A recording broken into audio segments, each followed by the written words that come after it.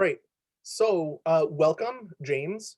And so, what we're going to be doing today is an interview. I'm going to be interviewing James Ford on his recently published book, or published last year book, Thinking Through Crisis, as well as current work, forthcoming work, and also James's experiences as a graduate student here at the University of Notre Dame. But to begin with, I wanted to establish some biographical data.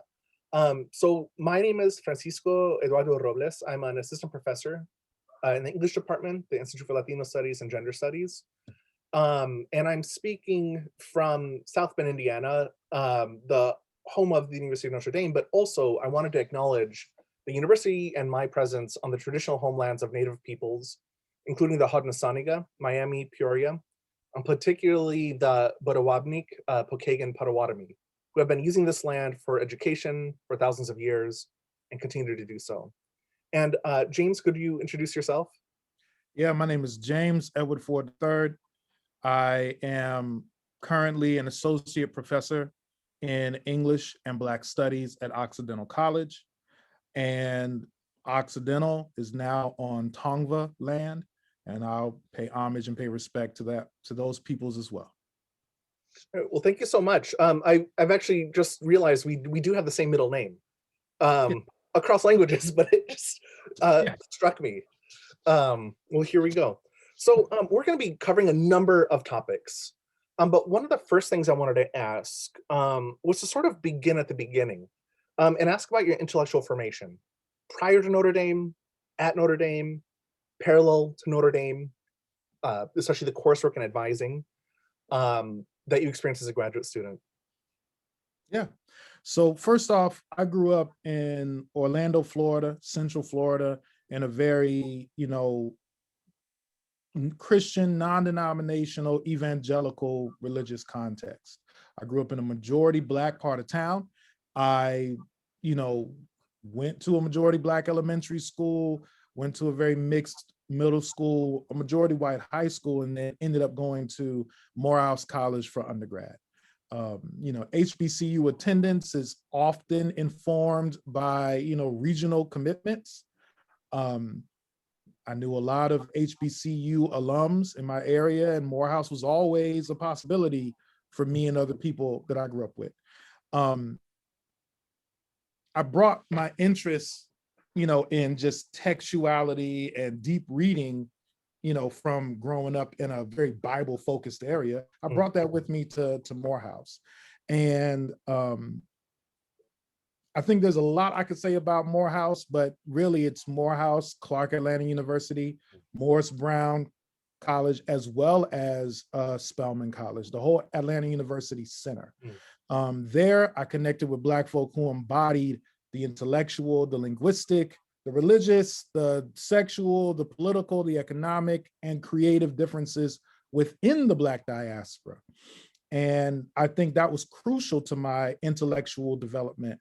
I became an English major, connected closely with some of the sociology and other professors I knew at Morehouse as well, and ultimately received the Mellon Minority Undergrad Fellowship there. And my research was on hip hop. In fact, my senior thesis was on Outkast. So, the interest I have now, I had back then, to be frank. From there, I kept some notes, so I want to make sure I didn't miss something important. It's like my shout outs now. Well, actually, I remember you had actually met current faculty member at Notre Dame, Mark Sanders, right? Yes, when you were in Atlanta. Absolutely. The summer that when I was selected to be a Mellon Minority Undergrad Fellow, I went to Emory for their Summer Institute, and that's where I met Mark Sanders for the first time. And so, I really appreciated the way he modeled being an academic of color. And yeah, that's part of my formation. Because I got the Mellon Minority Undergrad Fellowship, I knew I was going to go into the professoriate. I was excited about it. And I had already been reading Saidiya Hartman. I had already been reading Kathy Caruth because one of my professors, Diana Miles at Morehouse, actually studied with Kathy Caruth. So I was already reading trauma theory stuff back then. Mhm. But also, I was volunteering in local nonprofit organizations. I was involved in the hip hop scene and the open mic spoken word scene in Atlanta. Atlanta was going through a renaissance at that time. And so, being there, it was typical, it was expected that we're going to finish college, go to grad school, go to law school, go to med school, work in activism, be creatives who are politically engaged. I could turn on the TV at any moment and see people, who were alumni from the same generation as me making moves as mayors, as activists, etc. And Mhm. so I brought all of that energy with me to Notre Dame. In other words, I felt completely prepared for Mhm. whatever I might face. When I got to Notre Dame, that's the same year that In the Break comes out. I think that's the same year that The Practice of Diaspora from Brent Edwards comes out, Mhm. or maybe a Mhm. year or two later, something similar. Yeah. And so, I was already reading the stuff that I was reading the conversations I was eventually going to contribute to. Mhm. But while at Notre Dame, I had so much more access to so many more resources to read even deeper, right? To take my Black study even further. And so not only was I reading Hartman and reading Moten and reading Edwards, I was starting to read what they were reading. Mhm.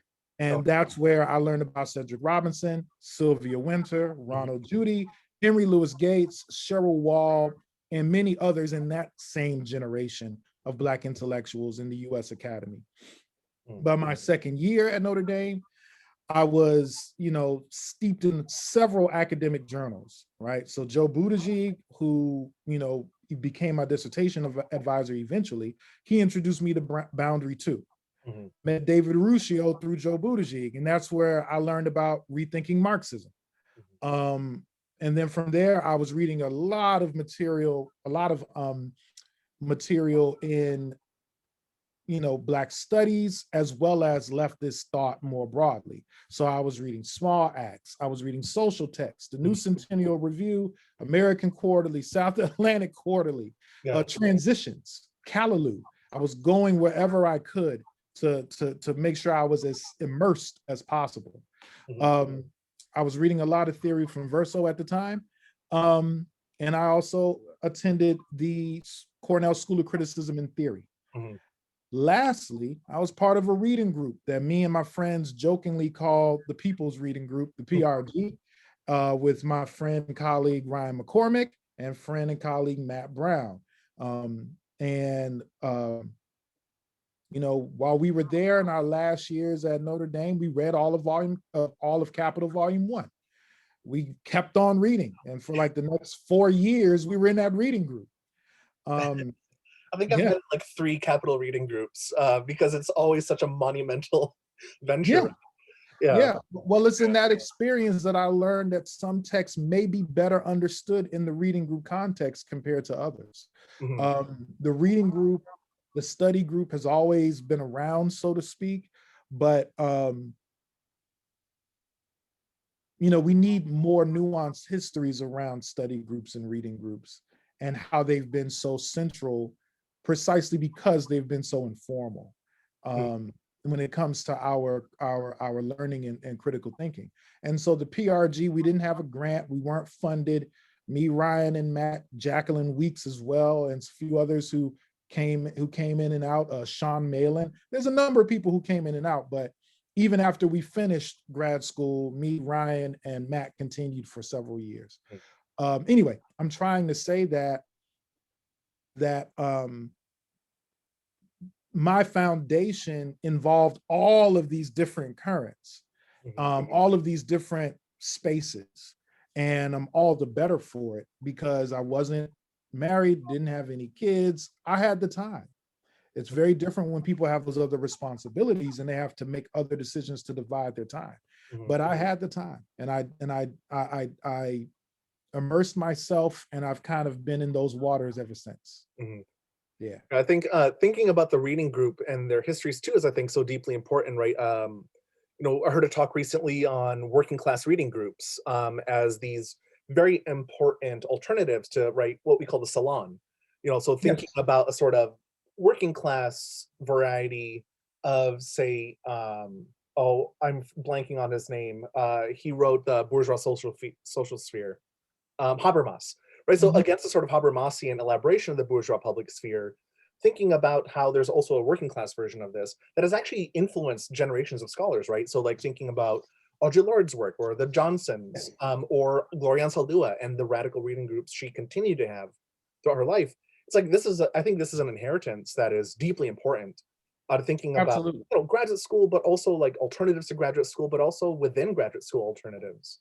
Yeah, yeah. I mean, the reading group, the study group, um, upsets the either or setup where either we go to grad school or we're involved in activism, either we're academics or we're artists. Mhm. Um, the reading group is open-ended enough and flexible enough that people of different social roles, different social subject positions can enter in them, contribute and glean and step back out and then step back in a way that you can't do if it's an official class. You can't do if it's a tenured position.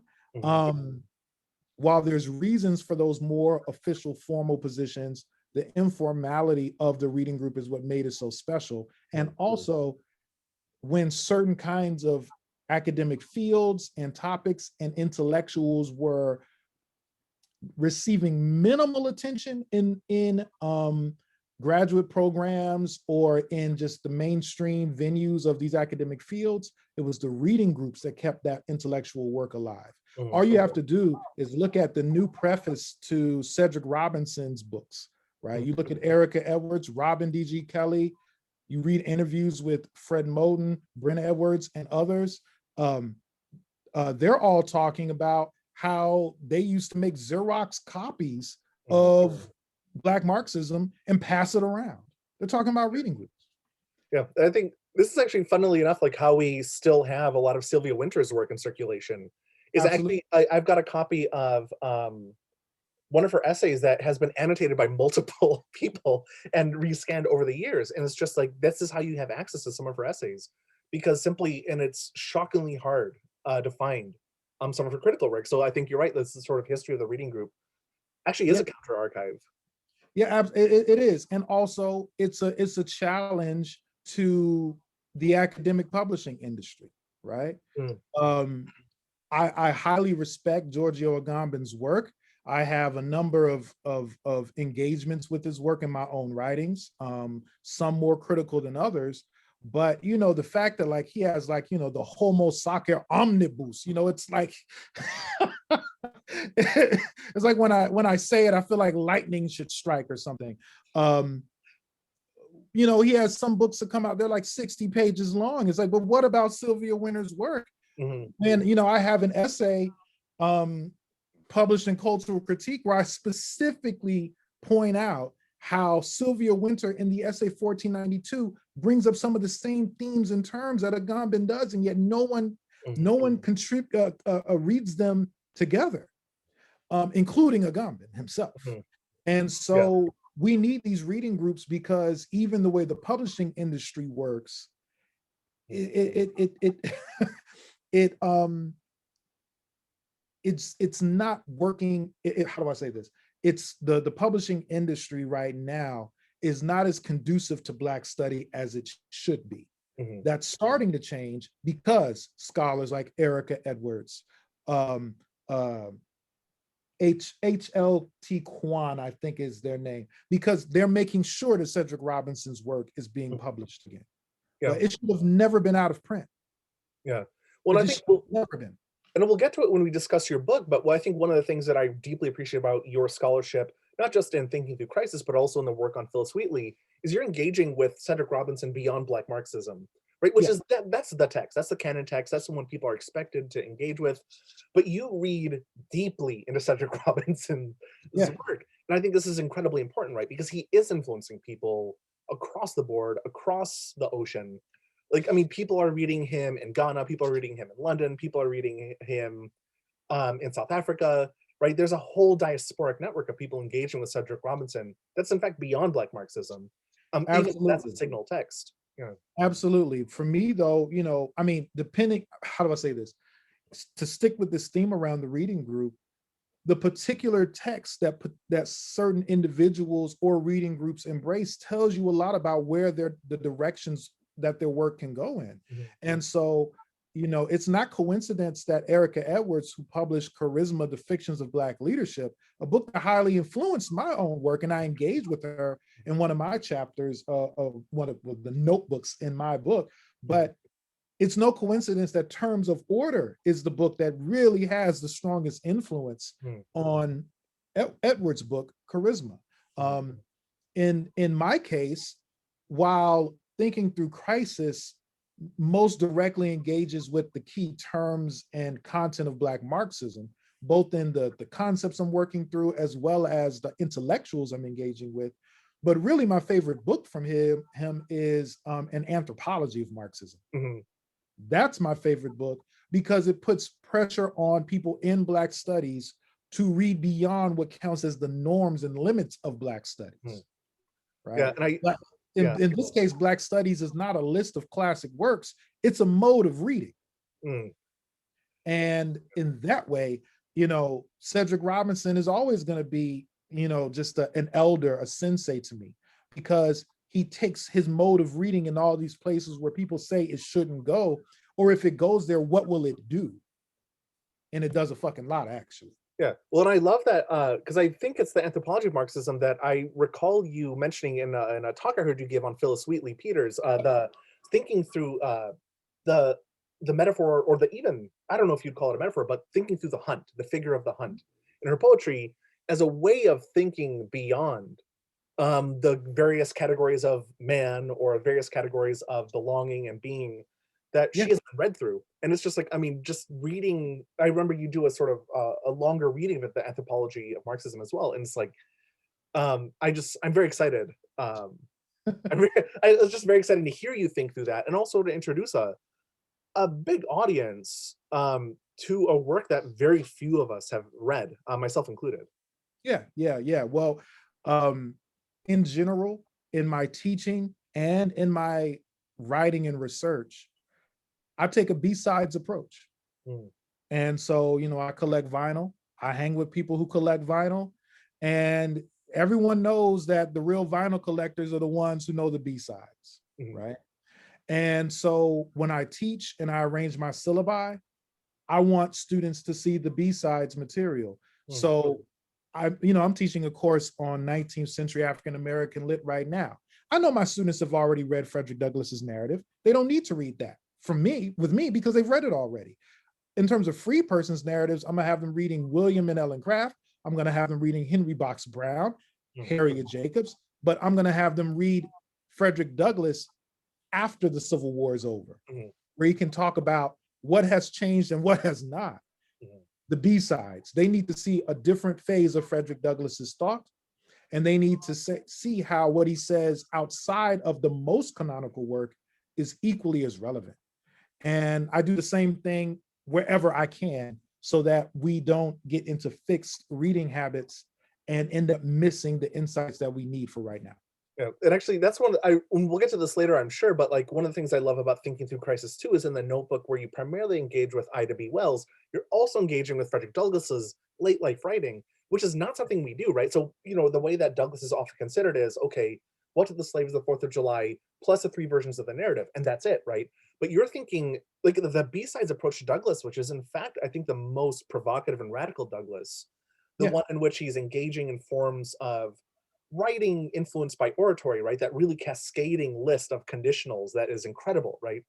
That he's helping, or that he's contributing to, in fact, Ida B. Wells's larger critique. And this is, to me, fascinating, right? It's another way of thinking about Douglass in the ways that I think we need to sort of either provincialize or decolonize the way we think about Douglass studies, because, right, this is sort of the fiction of charisma placed upon him is also deeply deforming. What about the fact that he is writing with and thinking through the terms that Ida B. Wells sets? How does he influenced by her in a way that is kind of astonishing. So, I mean, even just seeing Douglas anew through the way you read him in the Notebook, where you're engaging with Wells, to me was actually very eye opening. I appreciate that. I mean, Frederick Douglass he was confident enough in his interventions in the world that he could also show genuine respect and admiration for Ida B. Wells.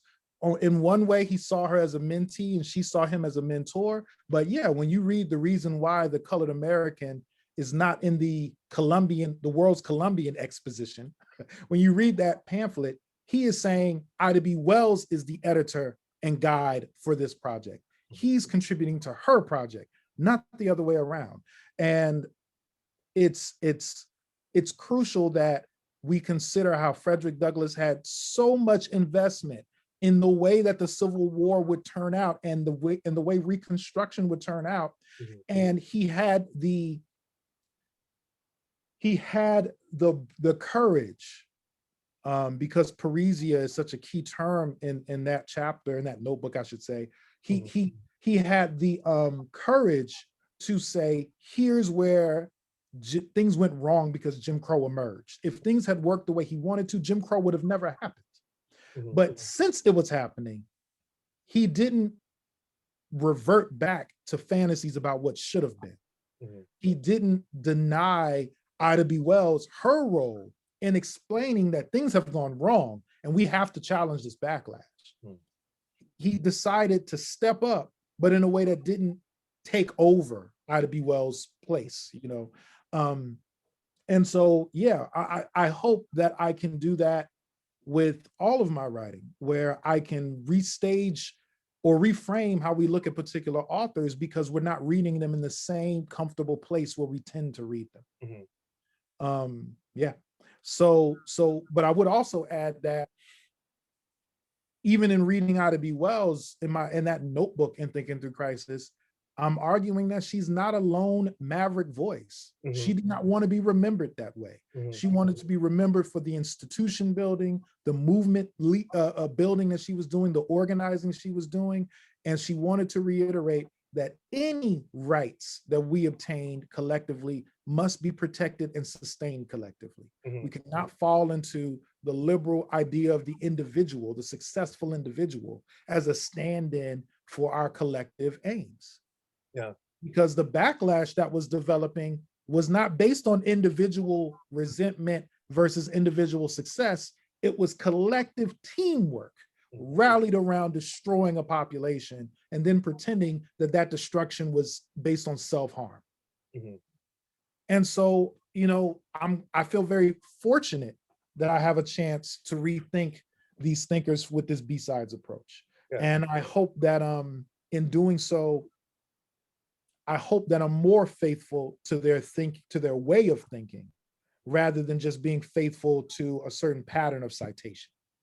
Absolutely. I think one of the really, and I'm realizing now in the sort of B-side way, we've gotten the sort of the interview narrative. I want to just pursue this for a little bit longer. Then we'll go back to graduate seminars at Notre Dame. That's but like right now, I think one of the things that's so wonderful about the way you help us rethink Ida B. Wells is because you're right. She has been considered a maverick, a sort of lone figure in many ways. But that's because I think she was maybe one of the most courageous people who was willing to put her name on things. Like, how many times did she get firebombed? How many times was she assaulted? How many times was she threatened with murder?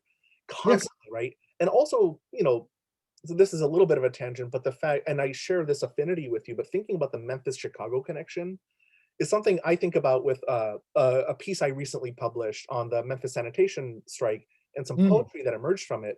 But also the great Elma Stuckey, who is a wonderful poet, who is Sterling Stuckey's mother, is a Memphian, right? So she's coming from Memphis to Chicago. And then her son, Sterling Stuckey, is one of the, I think, most preeminent historians, right? Who's thinking about this long history of activism and struggle. And so there's this Memphis-Chicago connection, and Ida B. Wells is a huge part of it.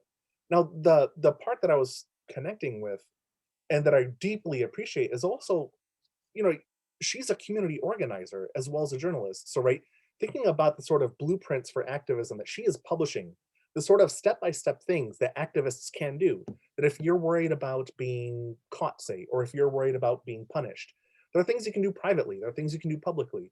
And she elaborates at length. What are the things you can do? And they, I mean, my God, how influential are they? They still maintain. These are things that we can still do. She says, write to this person, write to that person, write op-eds, have reading groups, right? Going back to the reading group thing. She's Yeah. saying all of these things step by step, and I think it's incredible. So to Yes. sort of unlink somebody who's thinking that way in a community organizing and activist and intellectual framework, and then putting her as a sort of charismatic lone speaker is is a strange thing to do, isn't it? Yeah. Yeah, yeah. Well, I mean, that's been done so much with Black men that, you know, one way of responding back is to say, don't forget about the Black women who can stand out in that way. But the more thoroughgoing response is to say, let's not even go that direction, or let's minimize how often we go in the direction of Mhm, charismatic individuals. mhm, And yeah, Ida B. Wells, um, or some of the other thinkers that I consider in my writings, for them the biggest problem was not finding the lone individual to be the voice of the leader. The problem was challenging widespread passivity, because people were not thinking about the alternatives to the now, and they weren't, or if they had alternatives to the now in mind, they weren't sure how they could take those concrete steps. mhm, And so, yeah, that's why her pamphleteering is so important, because the pamphlet, as a form at the turn of the 20th century, allowed you to lay out those kinds of things, either naming yourself as the author or anonymously, mhm, and you could still influence people. yeah, Um, and of course, versions of her pamphlets ended up circulating around the world. mhm, But for me, it all goes back to the fact that that push the goal here is not for collective action that leads to individual privileges. mhm, The goal is collective action that then keeps on reinventing itself as the political and economic and other aspects of the environment change. The collective is not a short-term thing that we then leave behind mhm, when the job is done. And so, in that regard, Richard Wright, Ida B. Wells, the Du Bois of Black Reconstruction, the Hurston of Moses, Man of the Mountain, as well as the Hughes doing his writings on education in the 1930s. mhm, They all, keep reiterating that push for collectivity, which in their approach isn't a threat to individuation, it's just a rejection of the liberal individual. yeah. And in that, it's such a, I think, important corrective to the way that, and you, of course, alluded to this in the book, but the way that multitude is often theorized to the European radical tradition, right? Which is all well and good, right? Chantal Mouffe and Antonio Negri, um, Gramsci, it's great, right? But on the Yeah, other hand, I think one of the things you really forcefully argue in Thinking Through Crisis is that there's a sort of way of exceeding these formulations. yeah, And we just haven't paid attention. And like, what does it mean to think of Sylvia Wynter, for example, as foregrounding and exceeding Agamben? What does it mean to think about Barnett, sorry, Wells Barnett, sort of foregrounding but also exceeding Foucault? These are really important contributions, right? So, I appreciate that. So here's the thing. Both in my reading at Notre Dame, in the reading groups at Cornell School of Criticism and Theory, where I studied with Brent Edwards, in his seminar called Black Intellectuals, I just kept returning to the same refrain. Here's where the theory helps me understand this literature, but then the question is, what does the literature have to teach the theory? mhm, And so I always make sure that in all of my writings, I ask both questions. mhm, And that helps me to pursue the most nuanced approach to dealing with the theories that I can do, knowing that other people, may find limits to what I do and add their own, and should add their own interpretations as well. But my goal is to be as thorough as I can be. mhm, And in that regard, yeah, there's a lot that I glean from the Italian Marxists. The Spinozist Marxist tradition is really important to Thinking Through Crisis. And of course, all of the debates around states of emergency, with Agamben kind of at the, the most well-known person in that conversation. I'm interested in all those conversations and have learned a lot from them. I just knew that 1930s Black writers had a lot to teach them as well. And I didn't want to turn my project into just an exercise in application. But as long as you keep in mind the literature has something to teach the theory, it'll never become just a mere exercise. It'll always be something interesting and surprising there. Yeah.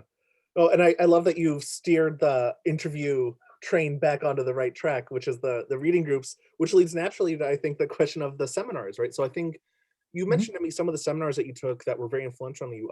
Steve Fredman's poetry seminar, or I think it was a book culture and book history class that you said Sandra Gustafson and Jesse Yeah. Lander taught together.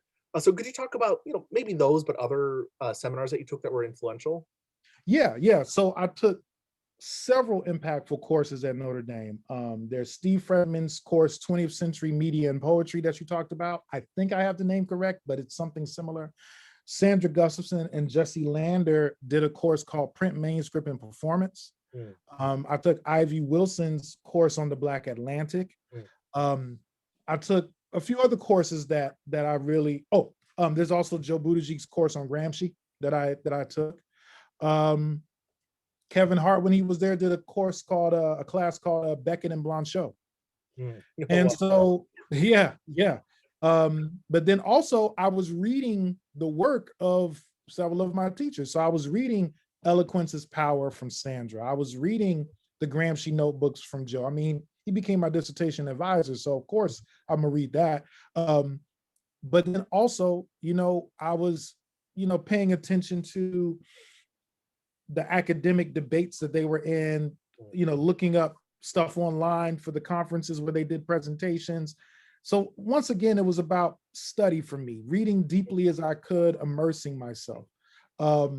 And one other thing I was reading, which I even quote in Thinking Through Crisis, I was reading Gerald Bruns's On the Anarchy of Poetry and Philosophy, a guide for the unruly. So I was reading Poet's Prose from Steve Fredman. So I was finding my way through all this material to better understand my department, to better understand the professors who were most supportive of me. Now, as I'm saying this, I keep thinking of other books. This came out later, but I remember reading Graham Hamill's book on the Mosaic Constitution, that one. I remember he was working on that and he talked to me about it. So I really felt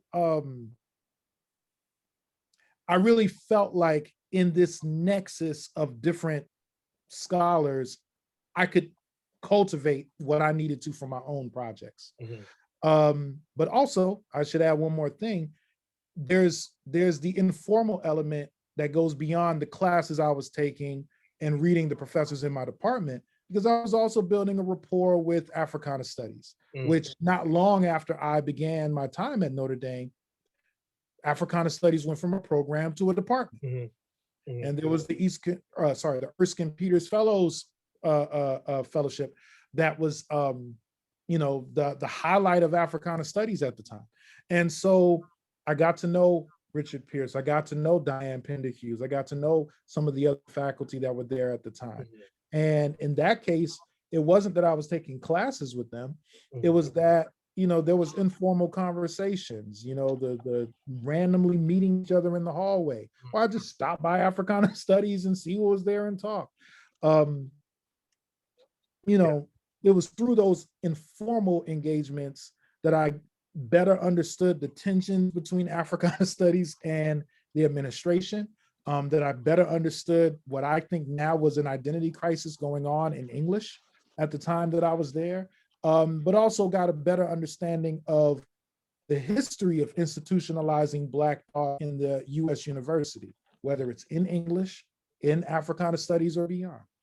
Yeah, and so I think, when you were teaching classes as a graduate student, you taught in English, but also Africana Studies, right? And was that when Africana had transitioned to a department that you were teaching with them, or?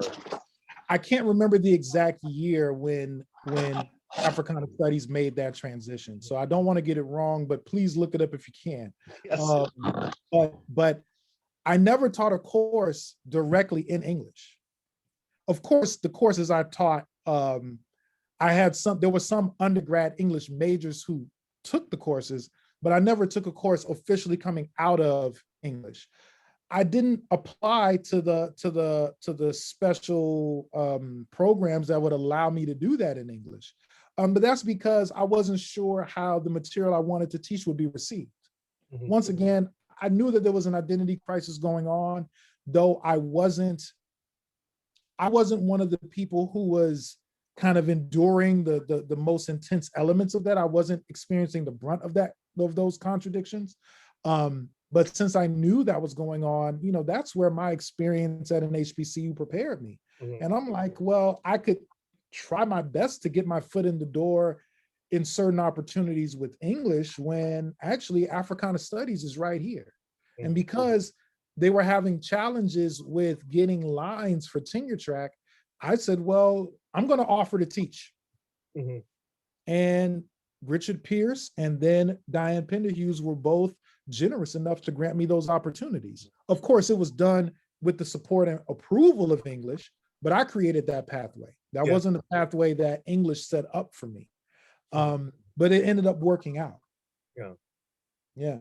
So I did look at it. And so the institutionalization started, or the departmentalization started happening around 2005. So that's when the process started. Yeah. But that's, I think, really important, right? And I think one of the things that when we discussed the possibility of this interview, I think was very present in both of our minds was also thinking about not just the affordances that Notre Dame provided, which certainly graduate schools do, right, in many ways, but also the ways that I think being a scholar of color in the academy, and in particular at Notre Dame, actually means struggle in certain ways, like just to be really Yeah. frank about it. And we Yeah. don't always like to use the word struggle or resistance, but on the other hand, sometimes it means literally refusing, or it means insisting upon certain things, Yeah. right? So, I mean, the fact that this is something that you're making for yourself is, I think, really important, right? And thinking about how English, yes, allowed you to do this, but also how there weren't structures in place to think about how you could be contributing intellectually and pedagogically to the department in certain ways. I think that Yeah. that's a really important thing to acknowledge.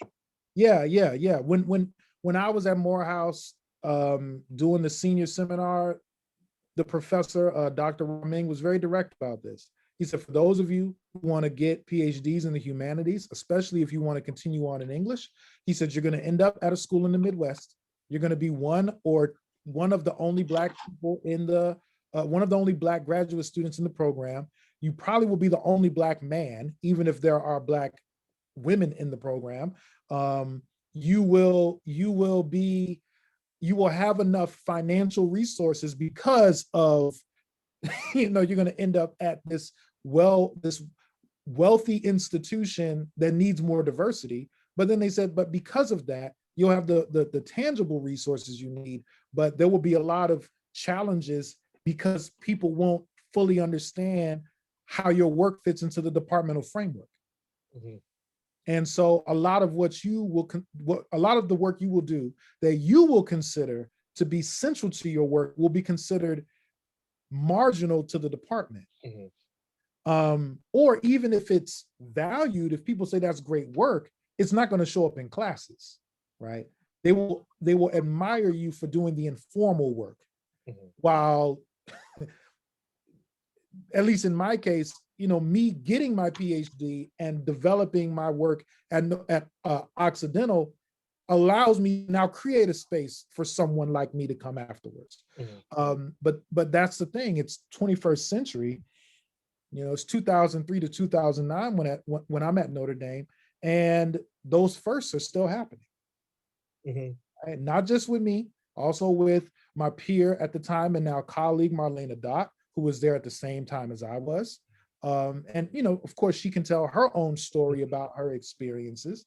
But I just knew when I arrived that I would make the most of the opportunities that were the structural opportunities, but I was going to do whatever I needed to do, because who was going to tell me when they're going to learn from me? Yeah. Well, that's a great point. And I think, her very forceful critique of the department, not just the English department at Notre Dame, the discipline at large, right? And the very exclusionary, but I think this is something I've been thinking of in a different framework, not just exclusion, but expulsion of certain modes of thought, right? Oh yeah. Is a sort of forceful refusal that isn't merely gatekeeping, but is purposeful obviation or Yeah. degradation. I think this is really important, right? And so her searing piece in the Chronicle of Higher Ed, in which she actually talks about how she had to forge her own way at Notre Dame's English department because she frankly could find no hospitable spaces for her work. And I think it's really important, right, to hold up and acknowledge these stories. Even as, in 2020, 2021, English departments are sort of at the forefront of acknowledging our commitments to justice. I think part of that means actually redressing harms, very Yeah, specific harms. And I think it's I something that agree. our department and other departments struggle with, right? What does it mean to redress and acknowledge specific harm, not just abstract apologies, but I think a sort of reparative work, right? A very and reparations do not simply include apologies, right? But a sort of formal material acknowledgement and act of justice, right? So I think, what does it mean for us as an English department at Notre Dame to even consider? What does it mean to actively repair, to Yeah. perform reparation, not merely to sort of affirm our commitment to justice in the wake of the murder of George Floyd, but also what about the expulsion and exclusion of Black scholars historically, from our department in particular, but the discipline at large? This is important. So, Absolutely. I mean, at Occidental, some of this same work is being considered. There's a new endowed chair that was developed largely through the Black alumni, but the institution was in full support of it, named after Mary Jane Hewitt, who was a scholar who I think went up for tenure like 2 or 3 times at Oxy and didn't get it. mhm, But she was the first person they ever hired to teach an intro to African American lit course or another like Black studies, course that would fit within the field of Black studies. mhm, Um, I don't want everything to be reduced to proper names and plaques. I do not want that to be the case, but I'm trying to say the amount of resources put into that endowed fund, naming it after her, offering more opportunities for the endowed chair, who's not me, Erica Ball, to mentor students and have more funding. That's the kind of institutional stuff yeah, that needs to be done at all of these institutions. Yeah, and when I say these institutions, I mean PWIs, predominantly yeah, white institutions. There's a different kind of reparative work that has to be done at HBCUs or Hispanic serving institutions, where it's like stop starving them of money, mhm, right? That's a whole nother set of concerns. yeah, Find the funding so that these HBCU scholars can actually do the research agenda that they had in mind in grad school. So that's another set of concerns. But at PWIs, um, yeah, there's all of these structural things that mhm, must be put in place so that there are no more repeats of the kind of just that story of the scholar who's just figuring it out completely on their own. Though I admire, Marlena Dock for Tropics of Haiti and all the great work that she's done. mhm, And I'm glad that I'm getting some recognition for the work I've done. But on the other hand, for me, for her, we were able to figure out pathways for other people. Some pathways didn't get paved. yeah, And of course, I don't want to speak, put words in Marlena's mouth. I'm just saying she's a very successful scholar and I admire her tenacity. mhm, But other people, those frustrations with grad school meant they quit or mhm, were or expelled, right? Is it really that they quit or they just simply could not see a way? mhm, And so the future of the humanities means altering the structures and resources and curricula so that scholars of color don't have to freestyle every fucking thing mhm, along the way, right? They don't have to say, well, I'll just go to this other department because that's where I'm going to go to get the mhm, support. that yeah, that shouldn't keep happening, you know. yeah, absolutely. And I think we need to seriously theorize the ways in which these PWIs in particular, they're always after the redemptive track, right? They want redemption. They want Mhm. So to think about redeeming themselves in specific ways, but I think that there's a distinction between redemption and reparation, just like there is, and I think to a comment you made a couple minutes ago, there's also a difference between monumentalizing something and memorializing it, right? These Yes. are different forms of thought, right? I think memorialization refuses the petrification that monumentalizing does, right? Which is a sort of, okay, here's the grand narrative. But memorialization is so much more active, right? Yeah. So I think a more melancholic relationship, frankly, that acknowledges sort of the maintenance of loss as something Yeah. that we need to carry forward. We can't just get rid of these of loss of harm, right? Mhm. So I think the same thing is true of, the sort of rearranging the tracks towards redemption that so many PWIs want to go on, right? This isn't a redemption tour. What we need is reparation, and Yeah. reparation as not just a psychological process, but as you mentioned with Oxy's endowed chair, as an actual material process, right? Yeah. There's an Yeah. actual material process. Yeah, that's right. And of course, to stick to your point about not simply monumentalizing, at Oxy, it only that the monument of the endowed chair only matters if that memorializing process happens, Mm, where students are better informed about the history of Black studies at Oxy, if the history of Black thought in LA is clarified, because we're one of the few urban liberal arts mhm, institutions. Um, and most of all, how are students taught to see themselves as part of a larger collective in the classroom, in their major, on campus, and among alumni in the various cities and rural spaces that they frequent? I mean, that's what I gained when I was at Morehouse. mhm, So after learning about the history of so many alum who had to face even way more adversity, right? Well, I knew I could do it no matter what I faced, because I never felt alone. mhm, I never felt like I was by myself. At times that meant the collective was more on a spiritual sense of being part of a larger, longer history. mhm, And that's still useful. But now reparations would mean not just symbolically saying that people are belong. It's making sure that we don't have any more of these situations that structure people into being the lone maverick mhm, voice, mhm. right? So yeah, that's a whole nother conversation, man. But I am I'll say one more thing about this. Also keep in mind that, like I said, in 2003, Fred Moten's first book comes out. Mhm, Just 5 years before that, just a year before or 2 years before I started undergrad, that's when Sadia Hartman's book comes out. mhm, I mentioned Brent Edwards. I mentioned these other great intellectuals that directly mentored me. Cheryl Wall, as you know, someone a generation earlier than that. But the bottom line is, since those people have, you know, came on the scene, I'm sorry about that. Hold on. oh, that's totally fine.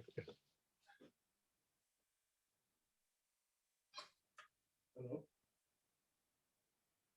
I'm in an interview right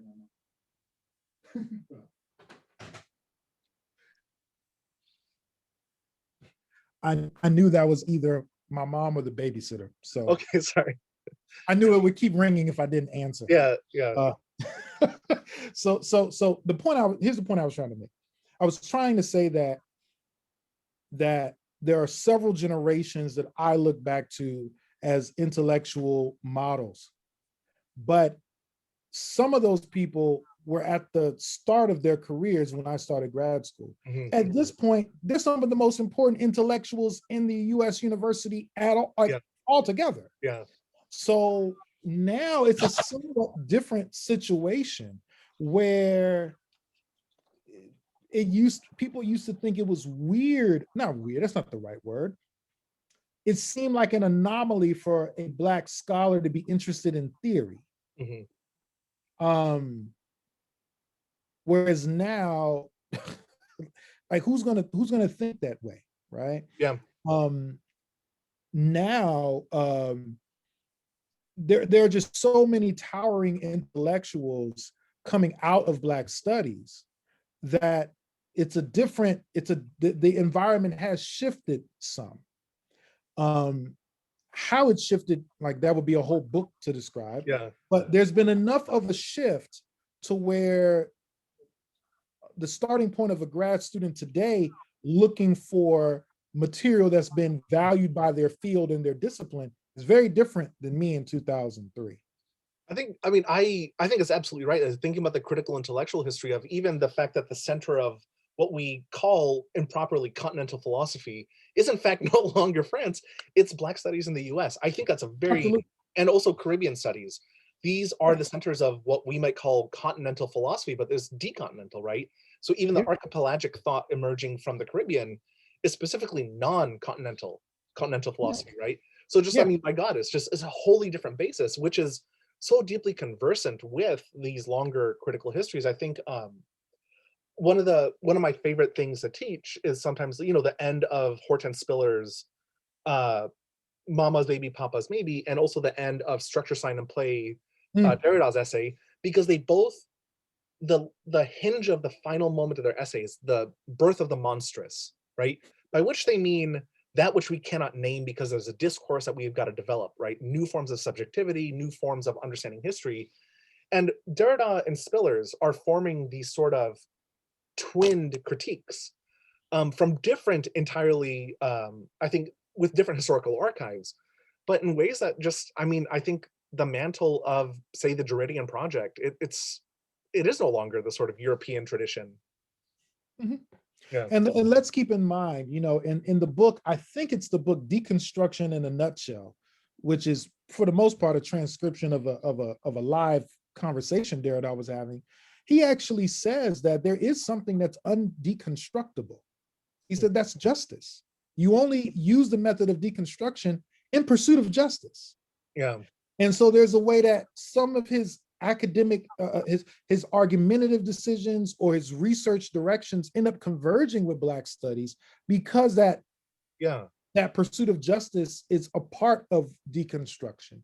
We may critique where Derrida lands in certain places, but yeah, it's no coincidence that In the Break is engaging with deconstruction so much. Yeah. It's no coincidence that Nahum Chandler, another important Mhm. scholar, you know, who's influenced me. It's no coincidence that, you know, in his work, even though everybody's talking about para-ontology right now, but he's very much engaged with Derrida Yeah.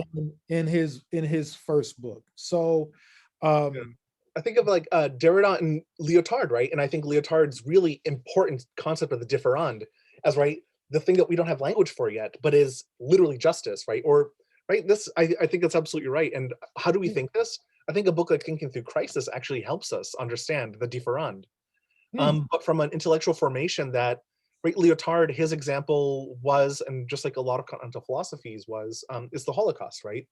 right. I think in the US context, we have the opportunity to think earlier towards, right, the formations, and right, this is something that African studies scholars have been doing, but like, look, the Holocaust, although it's often staged by Europe as an exception, as an exceptional rupture of violence, is something that distinctly emerges from the death camps in Namibia, that distinctly emerges from the genocide in the American Southwest, in the American Midwest, that distinctly emerges from the Middle Passage. And I think it's so important, right, that Black Studies is insisting on this critique. Right, the Holocaust as a sort of exception for the European man, it's not an exception, right? It's a longer history of Yeah. categorical violence that we need Yes. to think through.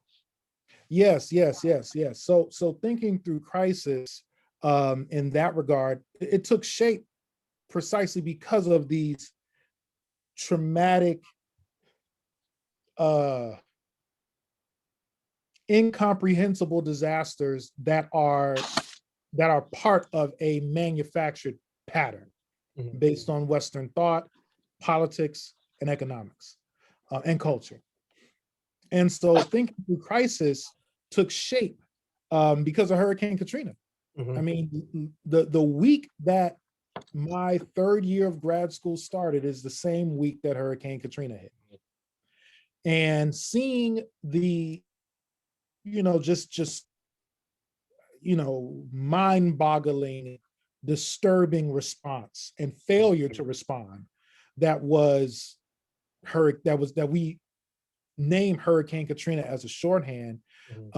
It made me look at the material I was reading in a different way. It made me face theory and what theory can do or not do in a different way. And so, like I said, in undergrad, I was already reading Unclaimed Experience from Kathy Carruth. I was reading testimony from Shoshana Feldman and Dory Lobb. Now I'm formally assigned to read this stuff because it's part of my theory reading list. And while, of course, I have some material from African American literature and criticism in that list as my theory material, this is the stuff that everyone's saying is trauma theory. And I'm watching the television, I'm on the internet, I'm breaking down, looking at this, and I'm saying, this theory cannot explain this. It cannot account for this.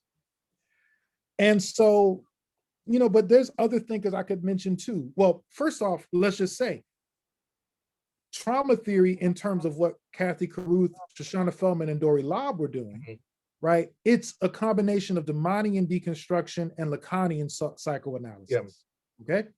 Then there's also Dominic LeCapra, who is focusing a lot on the notion of working through from Freud, right? He's doing like a blend of history and theory, but he's thinking about how working through partly involves civic engagement, how people could be in that position of bare life and come out of it, which is his critique of remnants of Auschwitz from Agamben. But the problem with LeCapra is, or what with LeCapra's thesis, is if the goal is to return to normalcy, well, that won't work for people in the Black diaspora in the West, because normalcy is what traumatizes us. And so the question was, okay, I take seriously that Carruth, Feldman, LeCapra, and these other thinkers, they are genuinely pursuing a way of better understanding traumatic experience and some type of way of overcoming or living with it that allows for affirmation and agency during and afterwards. But then the problem is, what are the theoretical presuppositions that get in the way of them doing that?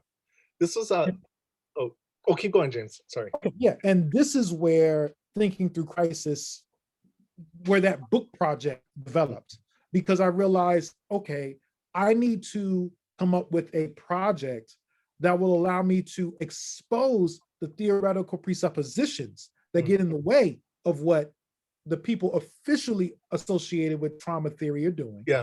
And then say, here's where the literature I'm reading teaches us something more than that, and has a different set of theoretical presuppositions and circulates or creates a different set of concepts that we can work with. So and what I was jumping in to say is, because I'm very excited, because I think for me at least, one of the moments, and it's very early on in Thinking Through Crisis, right? It's in the introduction before you get to the notebooks, but one of the most personally invigorating moments, just because it so much touched upon what was a destabilizing moment for myself in graduate school, which was in fact an encounter that, Diana Fuss, whom I adore, right, she had brought Kathy Carruth to campus, and she met with graduate students and talked about her methodology. She talked a little bit about trauma theory. And what emerged from that conversation was one of the most destabilizing intellectually and emotionally moments that I experienced in graduate school, which was a moment when she's talking about interviewing as an art, interviewing as a praxis. And she talked about how she largely did not edit people's thoughts, except in one case, which was at a psychiatric ward that was mostly women of color, mostly Black and Latino women, in which she did heavily edit these interviews. And she said it's because the trauma is so deep, it's so unnavigable. And I'm not going to get exactly what she said right, because it was a long time ago and I don't remember exactly, but the way in which she insisted that there was absolutely no way of wading through this horror, to me was, I got that she was being respectful. But on the other hand, I realized trauma theory literally cannot account for forms of trauma that do not have as their point of return normalcy in a hegemonic sense. And Yeah. this was so striking, it was so destabilizing, it was so disappointing, it was so like a sort of abyss opened up when I realized that within the intellectual formations that we're being taught, there's an absolute aporia, and it's whoever we've decided to put in the place of the other, right? Yeah. This is not a Martin Buber recuperation of I and thou. There's nothing there. So I think, No, yeah, it's not. yeah, And that's why in thinking through crisis, I do not talk about intersubjectivity as the answer. I talk about the third person, yes, referencing Roberto Esposito. But the point still is, I'm saying while Esposito offers a philosophical mhm, elucidation of the principle, I'm saying Black life has already been doing this shit since Black as a identity even existed. And yeah, before it was already playing out.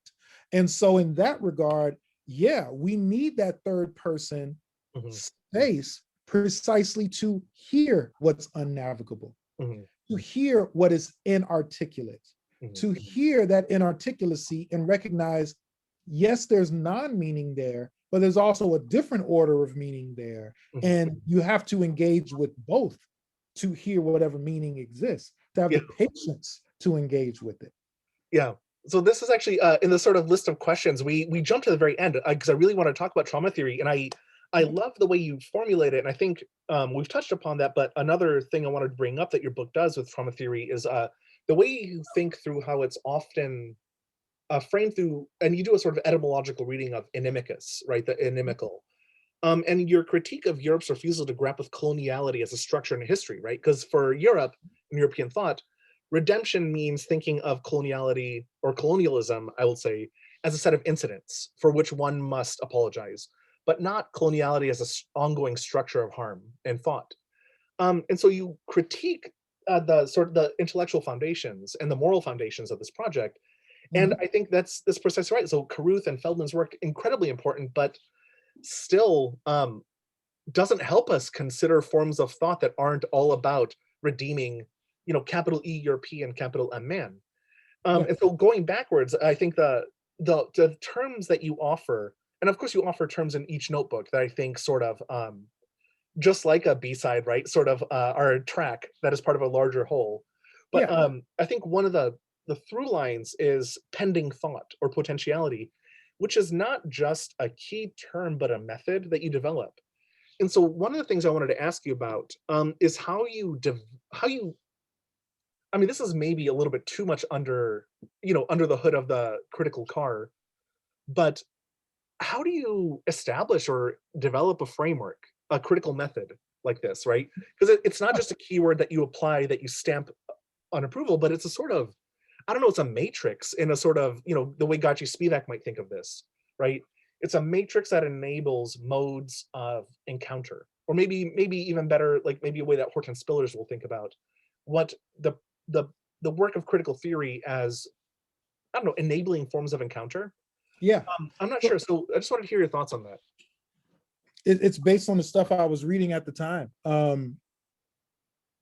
First off, that phrase pending thought comes from Ronald Judy. Mhm. It comes from an essay that he wrote about 9/11, but it also shows up in his special issue of Boundary 2 on W.E.B. Du Bois's uh, until then unpublished theory essay, Sociology Hesitant. Mm.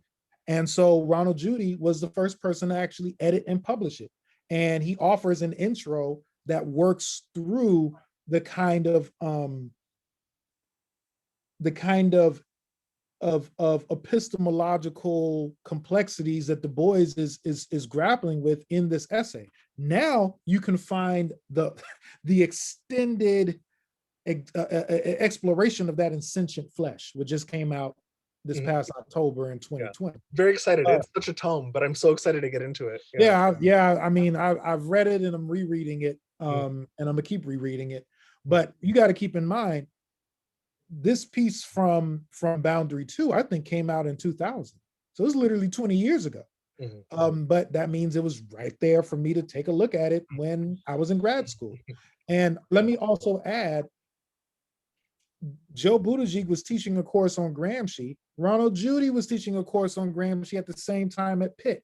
So they would visit each other's classes. They'd fly to the other coast, well, from the Midwest to the East Coast and vice versa to guest lecture. So I met Ronald Judy in Joe Buttigieg's classes. And so he came and lectured like 4 or 5 times. And so I told him that I was doing work on trauma. Joe said something nice about me, so Judy was willing to have a chat with me. And then when I told him what I was trying to do, he said, "Oh, you should read my special issue on Du Bois." I said, "I've already read it." And he asked me a few questions, which let him know that I was reading it, and we're still in touch now. But I'm saying all of that to say it was Ronald Judy that helped me think about, well, use the phrase pending thought and then model it in each notebook of thinking through crisis. And so I'm doing everything I can in that book to set aside a pursuit of normalcy as the goal. I'm doing everything I can to acknowledge that the stakes remain high in these moments of social breakdown and overwhelming experiences, but there's a way of thinking that can be adequate to the task. Adequate to the task does not necessarily mean it's a romance, though. And there's a in the notebook on Du Bois and Black Reconstruction, I talk about his writing style regarding emancipation.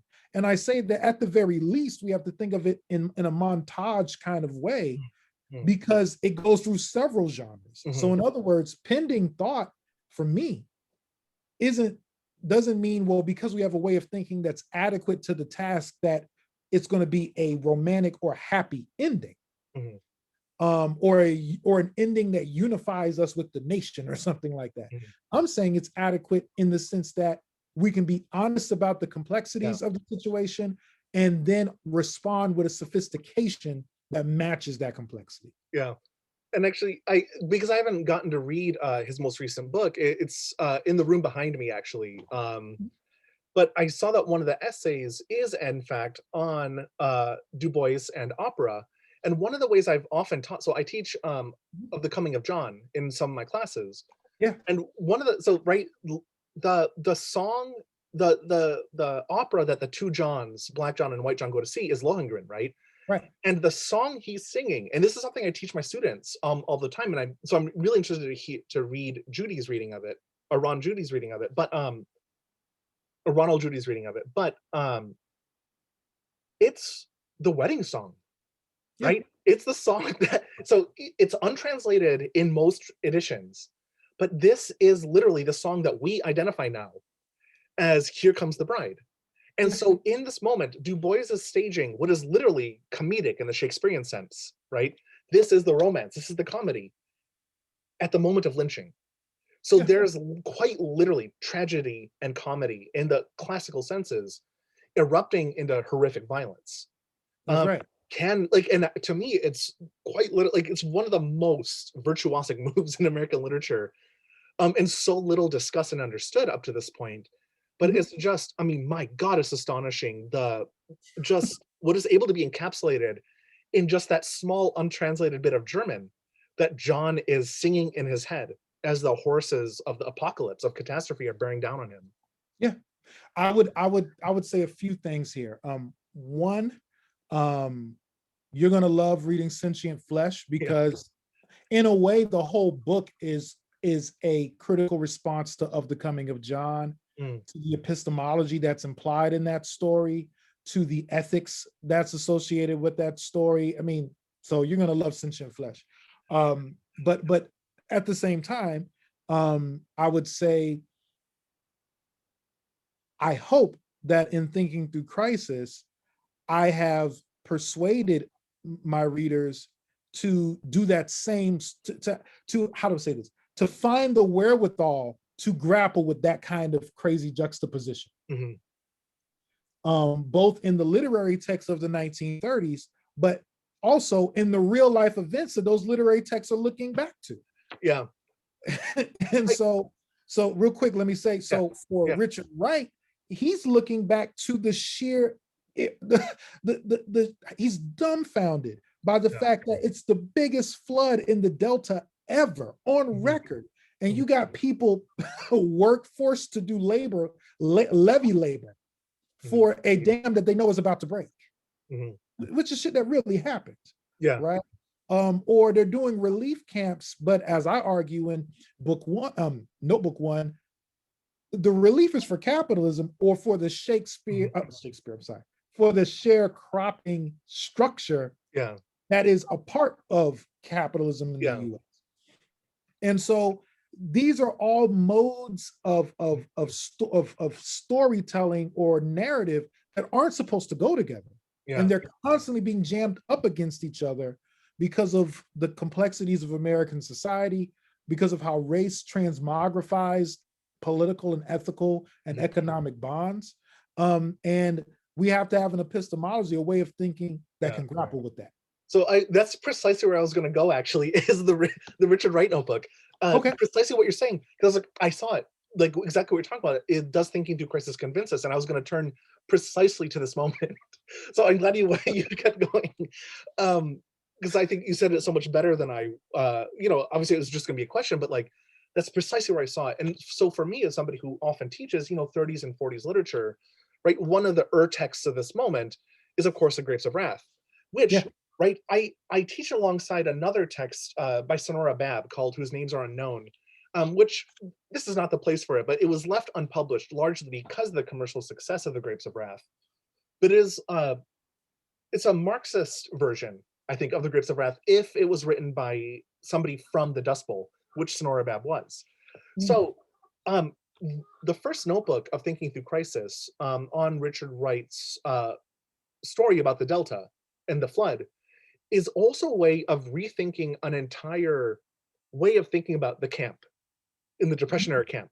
Because, right, what Steinbeck sees as a utopian space in which people are able to control their own labor and work with their own labor, and also the sort of traumatic flood at the very end of Grapes, which, if you recall, right, these are men working on building a makeshift levee to save Rose of Sharon and her baby, which is catastrophic and concludes, right, with the infant's death, right?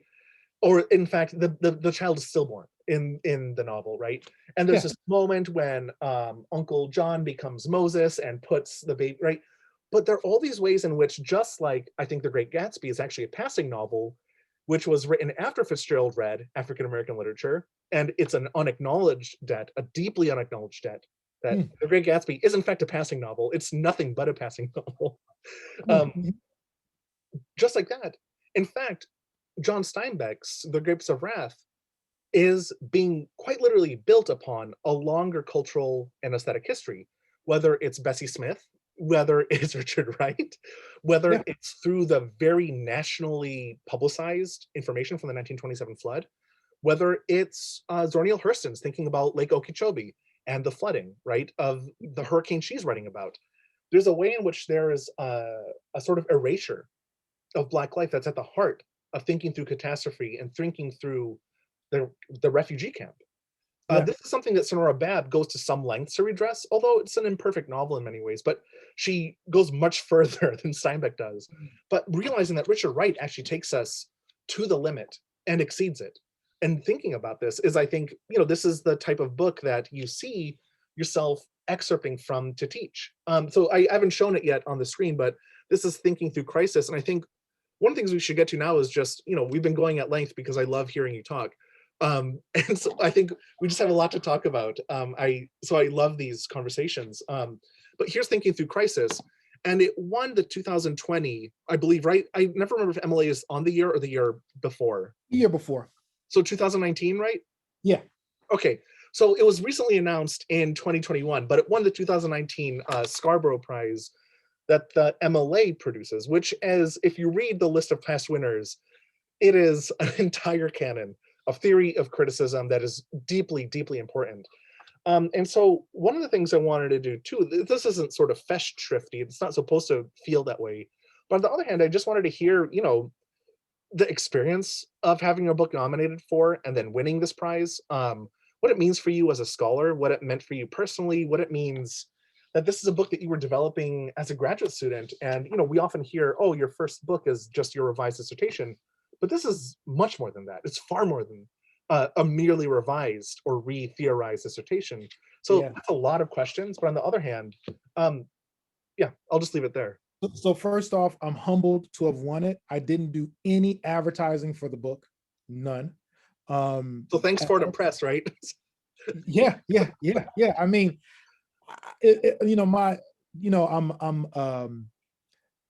I'll just say, I was so focused on parenting, on, I had obtained tenure and had new responsibilities. My personal life was, my focus. And so I just didn't have the time to do certain things to spread word about thinking through crisis. I didn't nominate it.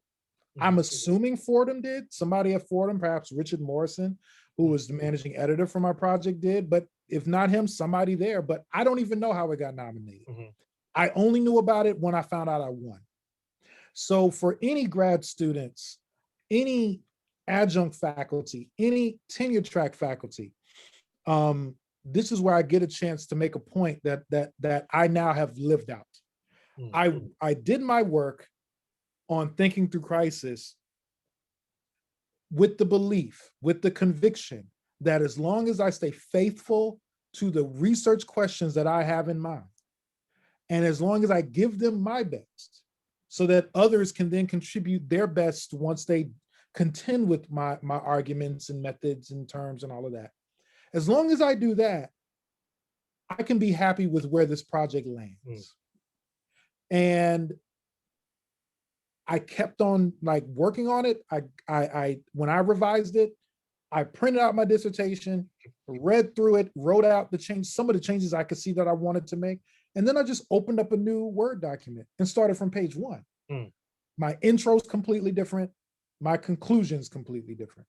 I added 2 new chapters and then revised the Ida B. Wells chapter almost completely. I make a different argument in the dissertation, although it fits into the argument in the book. But in changing the chapters to notebooks and doing all of this stuff is because that was the way to be faithful to the questions. And so for those of you who will look at this interview, if you're like me, if you're too introverted to do a lot of promotion, if you're too shy to I barely even showed people my book when it came out, if you really want to still intervene in the academic publishing, just do a quality project. And the stakes of the project will make people pay attention, even if the marketing isn't there. And I think one of the things that sort of speaks to that too is, we're often told first books need to be a certain length. Your book is longer than most. And I think that that's a really strong testament to whether it's your insistence or it's just the vision that maybe the editors saw, the acquisitions and managing editors. I don't know the full history of, the sort of relationship you have with Fordham, but the fact that this is a longer first book than many are is, I think, a testament to what you're saying as well. I'll tell a little bit of history, which once again, this is what I'm saying for grad students, adjuncts, new tenure track faculty. Like I said, a few years into my time, maybe my second year at Oxy or third year, and my third year at Oxy was my first year tenure track. I was an adjunct the first 2 years. So those first 2 years, I just focused on publishing articles, which, go in a lot of different directions. My first year tenure track, I focused on revising thinking through crisis. And the bottom line is I presented at a conference called Systems of Life with that was organized by my colleague Warren Montag and one of his colleagues, Richard Barney. And I actually presented on Phyllis Wheatley there. And Timothy Campbell was fascinated with what I had to say and asked me, is this part of a book? I said, well, I'm working on one. And he said, well, I'm doing this series called Commonalities with Fordham. Let's talk. And I said, well, here's the deal. I said, I don't want to waste my time with giving you 1 or 2 chapters. And then you say you're interested, but you need to wait to see the rest.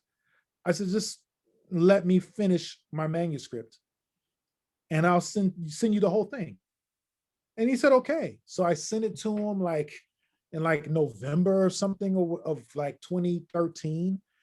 And then 2014 or whatever year it was, I heard back from him a few months later and he was like, I want it. I'm interested. So I didn't even follow the normal path of giving out a chapter or two. I just sent the whole fucking book because it was ready. Mhm. And I'm just glad I stuck to my convictions. Mhm. And I didn't have any issues with the book, with book length in terms of the publisher. Mhm. But I think that's because I gave them the whole thing at once.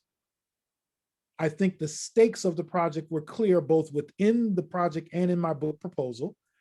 And I guess, I'm fortunate that they were able to see why keeping it structured the way it was is so important and not excising anything. Mhm. Yeah. Yeah. I mean, it is the length it needs to be, and frankly, the fact that you're able to, I think the way that each notebook is structured, it's, I hesitate to use the word episodic because that's not at all precise. But at the same time, that you're sort of taking us through each notebook, in a way that is both, rigorously structured, but also flexible enough to enable a a route through thinking that is, I think, you can see thought forming, maybe pending thought, right? You can Mhm. see pending thought being shaped, in a way that is structured but isn't sort of mapped out, right? This is the Deleuzian trace, not the map, right? So Yeah. there's a way in which you're working through, each notebook, each instance of thought to build a bigger narrative that I think is actually deeply compelling. And it's, if this were a shorter book, you wouldn't be able to do that. If this were a book of chapters that are tightly structured, you wouldn't be able to do this. Yet you have, and not to use the language of music, but you have sort of fade ins and fade outs. For example, the fact that you end your first notebook with Ida B. Wells and then you go right into Ida B. Wells. It's like, wait, Yeah. that's not how you're supposed to do things, but I love it. I loved it. Truly, it was, I mean, this is not the way we're taught to think through things, but this is sort of crossfading. Yeah. This is You're what right. you're doing.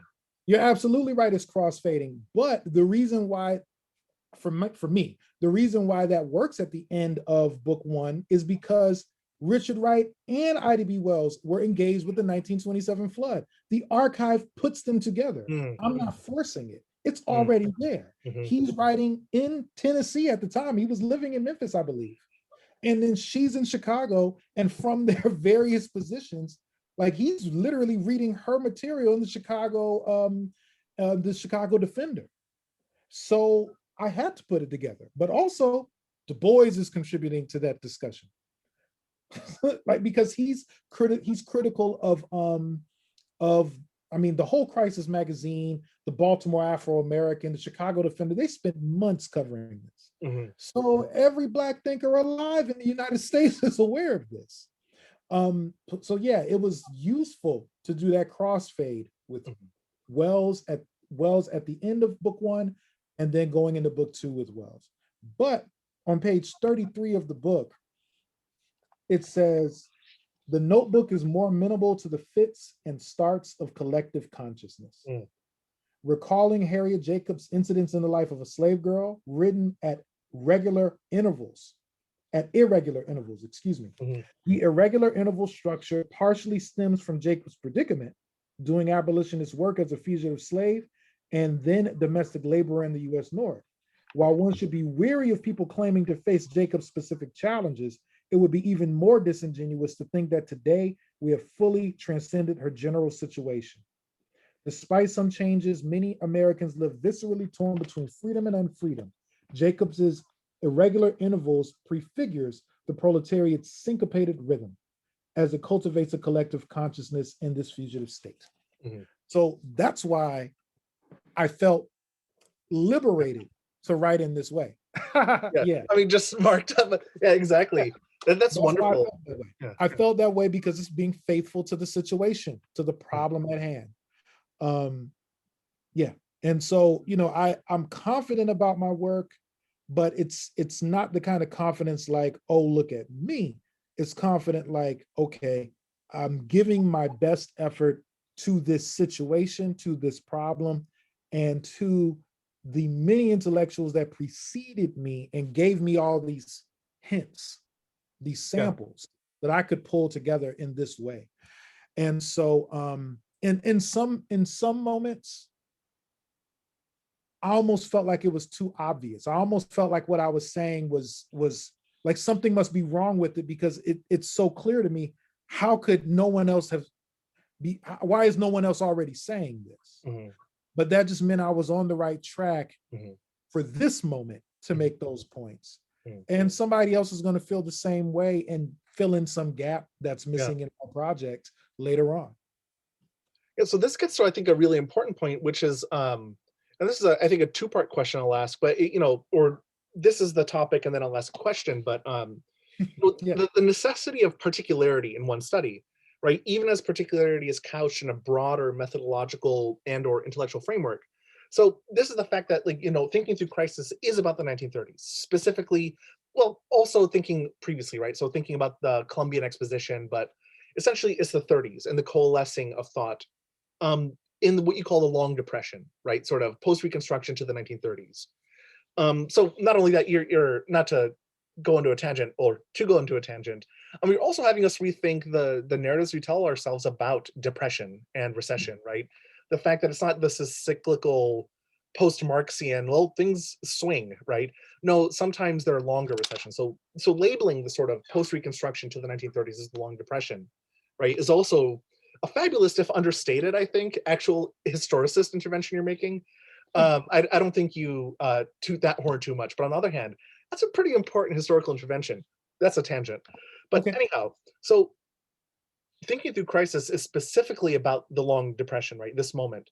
But it's also a critique of the study of man, capital M, or the question of man, capital M, Mhm. and broader conceptions and contestations of emancipation and its possibilities. Sort of dehissing this from European or continental thought. And so, how do you see thinking through crisis speaking to the present? Even Yeah. as like this is published 2019, right? But how does it speak to right now? Um, Yeah. how do you stay faithful to your research topic, but also speak to the present? Yeah. So first off, um, yeah, the grand narratives of progress that we tend to focus on in academic debate as well as popular debate um, tend to set things up as if we're dealing with something at one point, and when it's done, we move on and we don't face it again, Mhm. or it's the most oversimplified cyclical nature possible. And in my projects, especially in notebook 2, where I talk about um, Ida B. Wells and the World Columbian Exposition, that's where I introduce a claim that she can't talk about Black progress, but she can talk about Black becoming, Mm. right? So becoming becomes a way of displacing progress. It's not simply that Black people aren't progressing in the Western sense, it's that we don't need that shit. We actually don't need that version of things getting better. It's Mm. not fucking better because of the violence that comes with progress. Okay. So then later on in the book, that notion of becoming keeps on recurring. Mm. And I guess I'm trying to say the reason why I could do this work and it can make interventions in the present day Mm. and in a way anticipate certain present day situations Mm. is because of the complexity of becoming. Mm. Mm. And once again, going back to that notion of irregular intervals. So Mhm. the time when you think something is done, it is not done. Mm. Right. Another way of thinking about it that I don't directly say in this book, but you could also bring up seriality. Mm. Right. And so um as a genre, as a mode, seriality structures things so you can always flash back, Mm. flash forward. Mm. And what you think was already done is not done, or Mm. what you think could never come about. You would think the conditions would never be right for it, and suddenly conditions change and it's possible, Mm. right? what counts as possible changes because of the incompleteness of everything. And so, at any rate, to the extent that my book anticipates some things that happened right after its publication or what happened in 2019, it's because of that irregular interval. Mm. And because I don't try to smooth it over. Mm. I try to write in a way that remains consistent with that irregular interval. Mm. So obviously, with notebook one on Hurricane Katrina, or inspired by Hurricane Katrina and talking about the 1927 flood, unfortunately, we haven't resolved that issue. Mm. So the next time there's a major flood, we're going to see a return to this pattern where the citizen suddenly becomes the refugee, where the white property owner feels justified in being a hunter, or any resources associated with evacuation count as their personal property. And any Black person that has those resources counts as a threat or as a thief. Yeah. So we're going to see that pattern again to varying degrees. Even think about Hurricane Maria and the deeply colonial situation of indebtedness, which is like, I'm going to throw paper towels to you and you owe me, which is just the horrificness of seeing exactly what you're talking about. Yes, that's what I was about. Yes, that's where I was going Sorry. to. That's okay. But I'm saying what happened in Hurricane Maria is sadly a further expansion of that pattern. And so I quote H.L. Mencken at one point where he says that the flood that happened in the Delta is partly a result of the backwardness of people in the Delta area. He even says if it happened in New Orleans, people will come to their rescue because New Orleanians are modern people. And now we see that didn't happen. But then it goes beyond that. And a few years later, the same thing happens in Manhattan. And now it's happened in Puerto Rico. So we're seeing the expansion and the traveling of this politics of abandonment associated with natural disaster. Although obviously the term natural and disaster have to be rethought, but for shorthand, you see what I'm saying. With notebook two, I mean, I'm saying that Black rights citizenship can only be maintained through collective activity because of the backlash always being collective.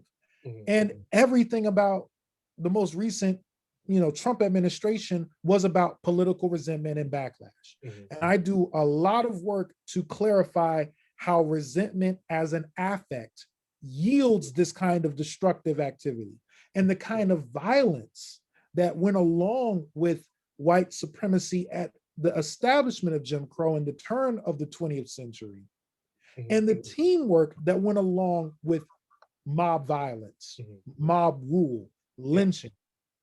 And we're seeing it play out in a way that would completely fit what Ida B. Wells was talking about, but I bet would even shock her.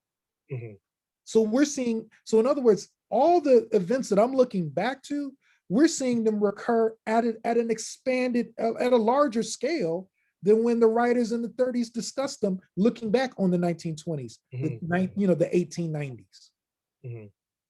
And so at these irregular intervals, here we are. No one could have told me that in 2016, the Capitol's going to get invaded and people are going to try to assassinate Pelosi, like the most run-of-the-mill centrist American politicians. They're to left now. Like you got people who've gone so far in the direction of fascism that Pelosi needs to get killed. Yeah. It's stunning. It's stunning. Yeah. Not to mention, I won't say not to mention, I must mention that at a certain point in Notebook 2, I directly talk about the way that military personnel get used as pawns in the mob. If only I could find it quickly. However, in Notebook 1, you do as well, right? The sort of the prison guards, which are Yeah. sort of refusing entry to certain camps. Right, but we see this, right? Whether it's Kent State, whether it's Jackson State, whether it's, there are all these moments of the military being utilized, right? Yeah. Yeah. And so on page 103, Mm. I think I found it.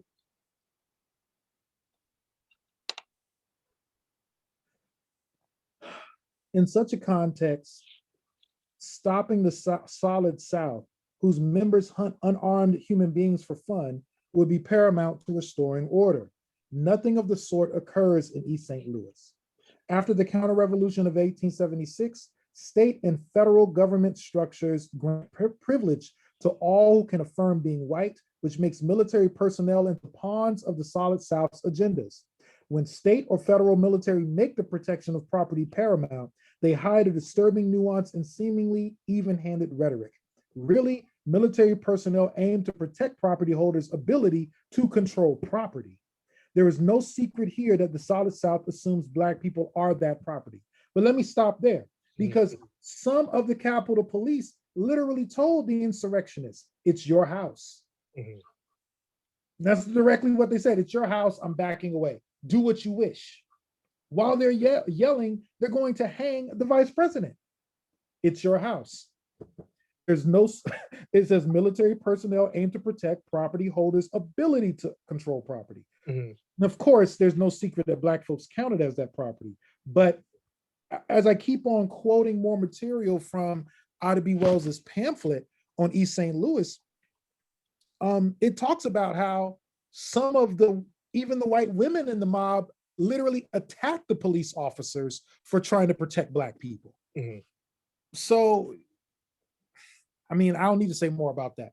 With Notebook 3 on Black Reconstruction, I mean, there are so many different parallels, but I would point for now to when Du Bois talks about the parody of legislation that Du Bois sees when the Congress has to try to find a legal framework for emancipation.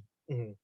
And they're struggling to do it because their framework would have to mean admitting that Black people are the political force grounding their new legislation. Mm-hmm. And obviously, if we look at the election that just happened, much of the rigmarole here is based on having to admit how many Black people's votes shaped the election. Mm-hmm. And so it's easier for millions of people to say it was stolen by those Black people in those metropolitan areas than to say, okay, it was a fair election. We now have to rethink things. Yeah. And the mere presence of participation, right, indicates fraudulence. And I think of this, every single year. I mean, my God, as long as I can remember, Philadelphia has been seen as a space of voter fraud, right? Whether it was in 2008 and 2012 and these rantings about the new Black Panther Party, whether it keeps happening over and over again, but it's because there's an always already excess and fraudulence embedded within the very ideas that we can think about the Black vote. And this is, I think, one of the structuring, destabilizing things that American democracy is predicated upon. Sorry to cut you off, but what's so strange here is the vote is like the least radical thing you can fucking do. Like and I want to be clear about this. I don't think voting is a radical act in most cases. I'm sure that there's some historical moment where it has more of a radical role earlier, obviously late 19th century, early 20th century. Mm-hmm. But if you're talking about, 1980s, 1990s to now, I see voting as a way to make sure that the shit just doesn't become a worse disaster. Mm-hmm. To put it in just the most practical terms. Mm-hmm. That's too radical for this new far right that's emerged. That's still going too far. That's still too left. So we're in a moment where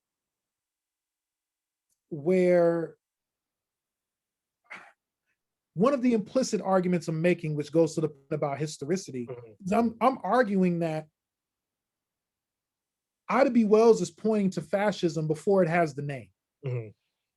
That the fascism in the US South becomes the model for the fascism that will overtake Western Europe a few decades later. Of course, there's books and law about this, like Hitler's American Model, where he looks at the Nazi jurists studying laws in the US South, and in some ways they thought those laws went too far. So the point here is, yeah, we're going to see these irregular intervals where these racist backlashes recur, and backlash is really the wrong word for them. But for shorthand, we're going to see these keep recurring precisely because we're talking about a group of people who are so resentful that Black people existing itself is a crime, which is something, I directly say that in the book. Like, Blackness itself counts as a crime for the white supremacists that Ida B. Wells and Frederick Douglass are contending with. And so they will literally sabotage the very systems that grant them privilege, if that means sharing the privilege to the most mundane, centrist degree with Black people. And so when you have a passive version of intervention, of redemption, you can't stop fascism with that. I mean, because all you're doing is, I think, sort of combating symbolic order, right? And this is one of the issues, right? Like, sure, like, this is, I think, the sort of question that we've been rehashing in so much cultural studies right now, but, like, representation matters, but it is not even a form of redress. It's not even close to a form of reparation to simply replace the gatekeepers, or to simply diversify the faces that we see in media representation. This is not right, a sort of redress, because it's doing the symbolic, right? It's sort of combating things on the symbolic order. But what we need is, and right, this is, I guess, the Lacanian framework, right? The symbolic, sure, but there's also the ideal and the real that we need to have serious conversations about, right? Because these are the two things that are structuring the symbolic. So, yes, absolutely. I agree. But the problem is, so much of the conversation is still based on that I-thou structure, that intersubjective structure, when now we're seeing more pressure to think about things in terms of the third person. Right. And that's all. Sorry, keep going. That's okay. And also thinking about, and this is where the collectivity of the dark proletariat matters. For me, the dark proletariat is everyone from the working class, the typical working class, to the wageless. Because in a Black community, you could have that whole range on one block. But even for people who are not of African descent in the United States, the shifts in poverty, the shifts in economic struggle have happened such that in many cases, the service worker at McDonald's is the proletarian more than the person who, the welder at the factory. And so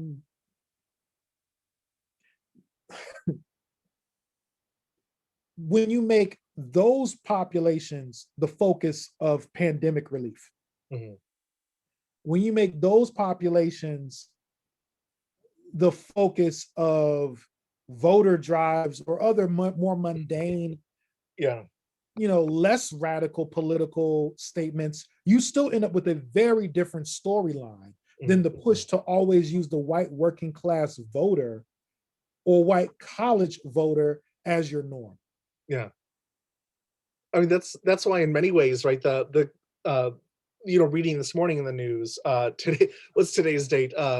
February 4th, 2021, which I suppose I should have said at the very beginning. But right, the news this morning that a lot of Republican senators are saying that $15 an hour minimum wage is a non-starter for them, right? So to precisely your point, they are so deeply unwilling to talk about what it actually means to, like, offer support in a meaningful structural way to who I think you're right. Marx would now say that service workers are the proletariat of now, right? Like his theory is an industrial moment, but now we've got to seriously rethink like what would Marx be saying in the 21st century.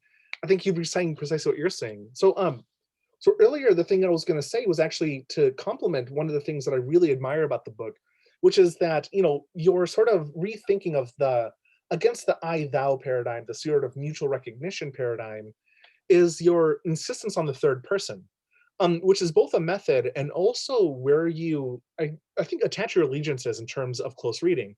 Because one Yeah. of the things that your book does, you might not use close reading to describe your work.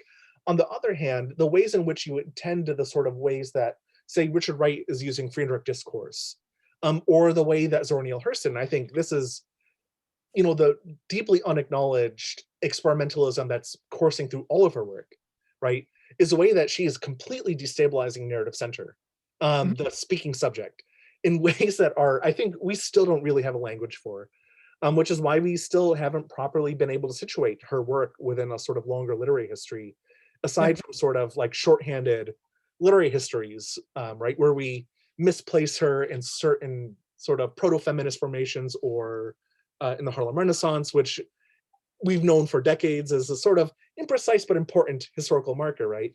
Yeah. But I really admire one of the things that you do in this book, which is you attend to the various ways in which the rhetoric, that the appearance, that the literary formation um, of these narratives is something we need to attend to in terms of, yeah, the pending thought, the potential, the third person, the indirect. Yeah. Thank you. Thank you.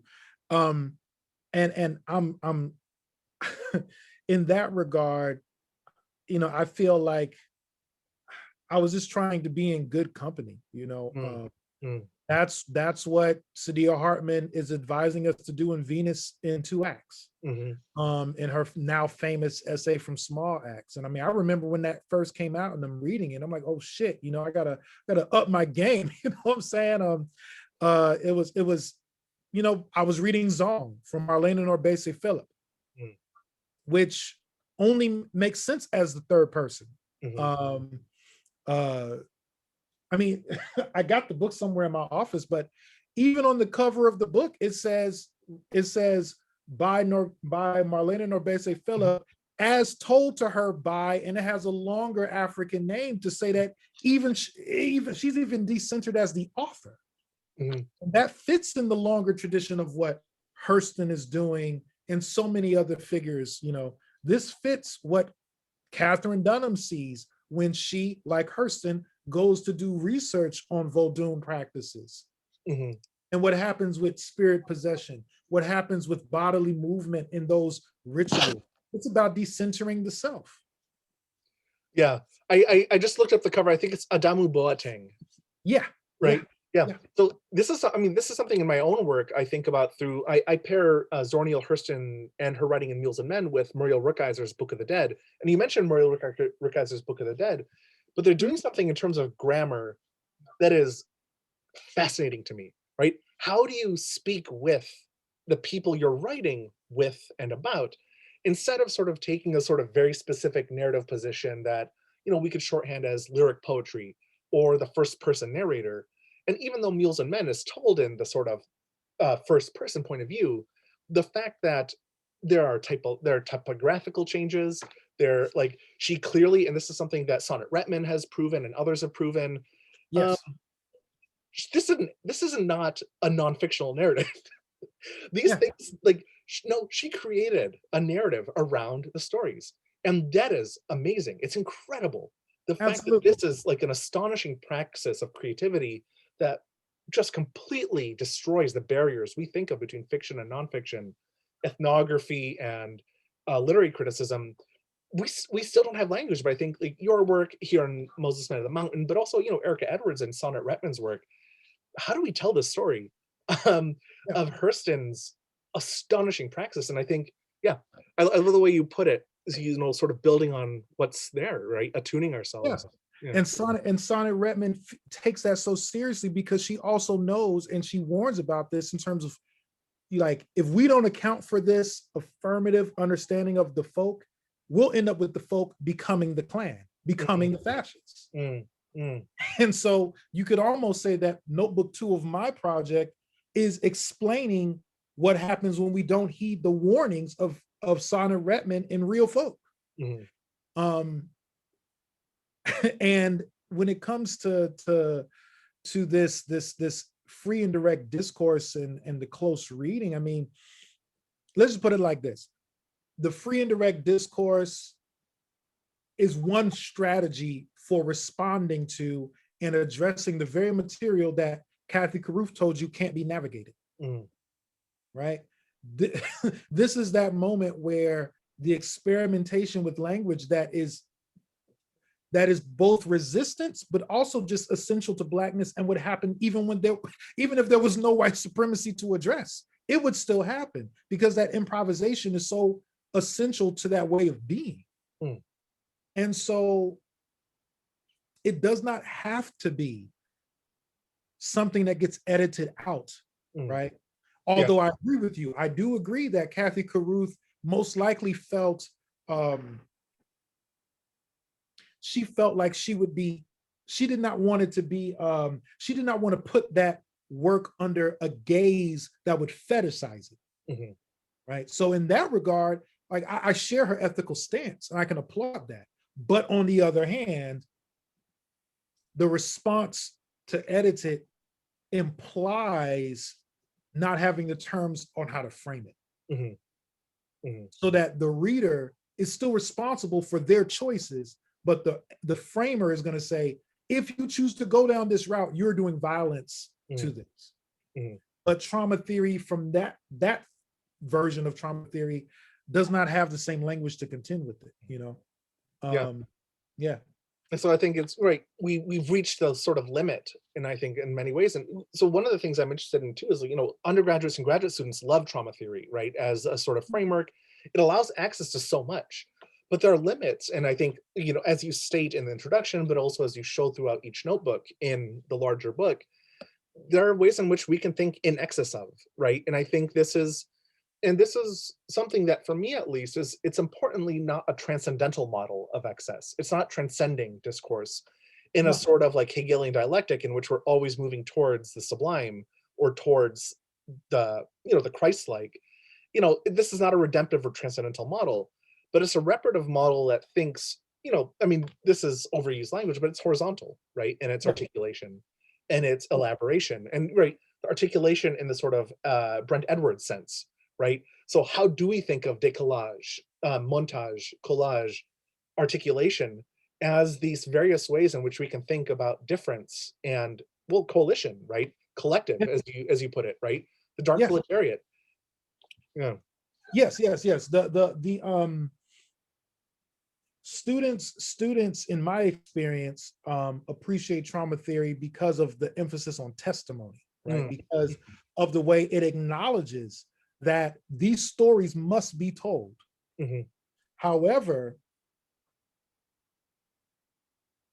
I have done my best to say, but every telling of the story won't fit a normative style. mm, Some forms of storytelling will break down in telling the story, and that's the proof that they're telling the story, mhm, like Zong, right? mm, But also it doesn't always play out in a way that is mourning and melancholia. It could also play out in a way like Hurston, where it's affirmative play, mm, and we need room to recognize that testimony can show up, can erupt in those different styles mm, of recounting. mm, So rather than have testimony as a heading upon which I look for things to fit a particular form, testimony is something that is eruptive, mm, that comes out of, that unexpectedly comes out of different forms. mm, And the basis for me making that point shows up in Thinking Through Crisis, where I say Blackness is the fount from which all genres emerge, mm. right? I don't say Black people, I say Blackness. Yeah. And I'm partly informed by, the great scholarship coming out of Black literary studies there, but Mm, that's where I'm also informed by Blonde Show. mm, Like there are certain places in the book where I quote Blanchot, because when I took the class, I saw some of the places where after he made his more radical leftist turn, a lot of his thought coincides with Black thought. The way he talks about flight, fugitivity, being as being emptied out, Yeah. Anonymous collective authorship. Yeah. He's converging with Black thought and doesn't Yeah. even know it. I mean, you've inspired me actually. One of the things that I love about this book too, and just, conversation with you, I mean, you've inspired me to again approach Blanchot, who is extraordinarily difficult, right? So like anybody who's watching this who's a student, like, come on now.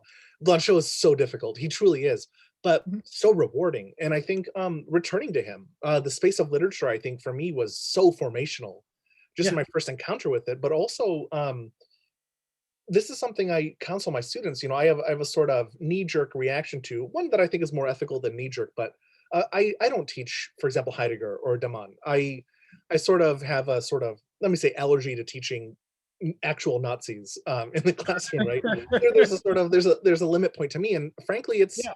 as unfair or not. I have an absolute allergy to teaching them, to thinking through them and with them, even as I've read them. I don't want to, and so for me, in many ways, think about how Blanchot offers Blanchot and Benjamin, I think the two of them offer, I don't know what we could call it, an anti-fascist, a sort of a way of thinking against the European grain Yeah. that is, I think if we want to keep turning to Europe, we need to think differently, right? We need to think about something that's not about civilizing or coloniality. And I think Yes. that, yeah, Yes. I hear you. And I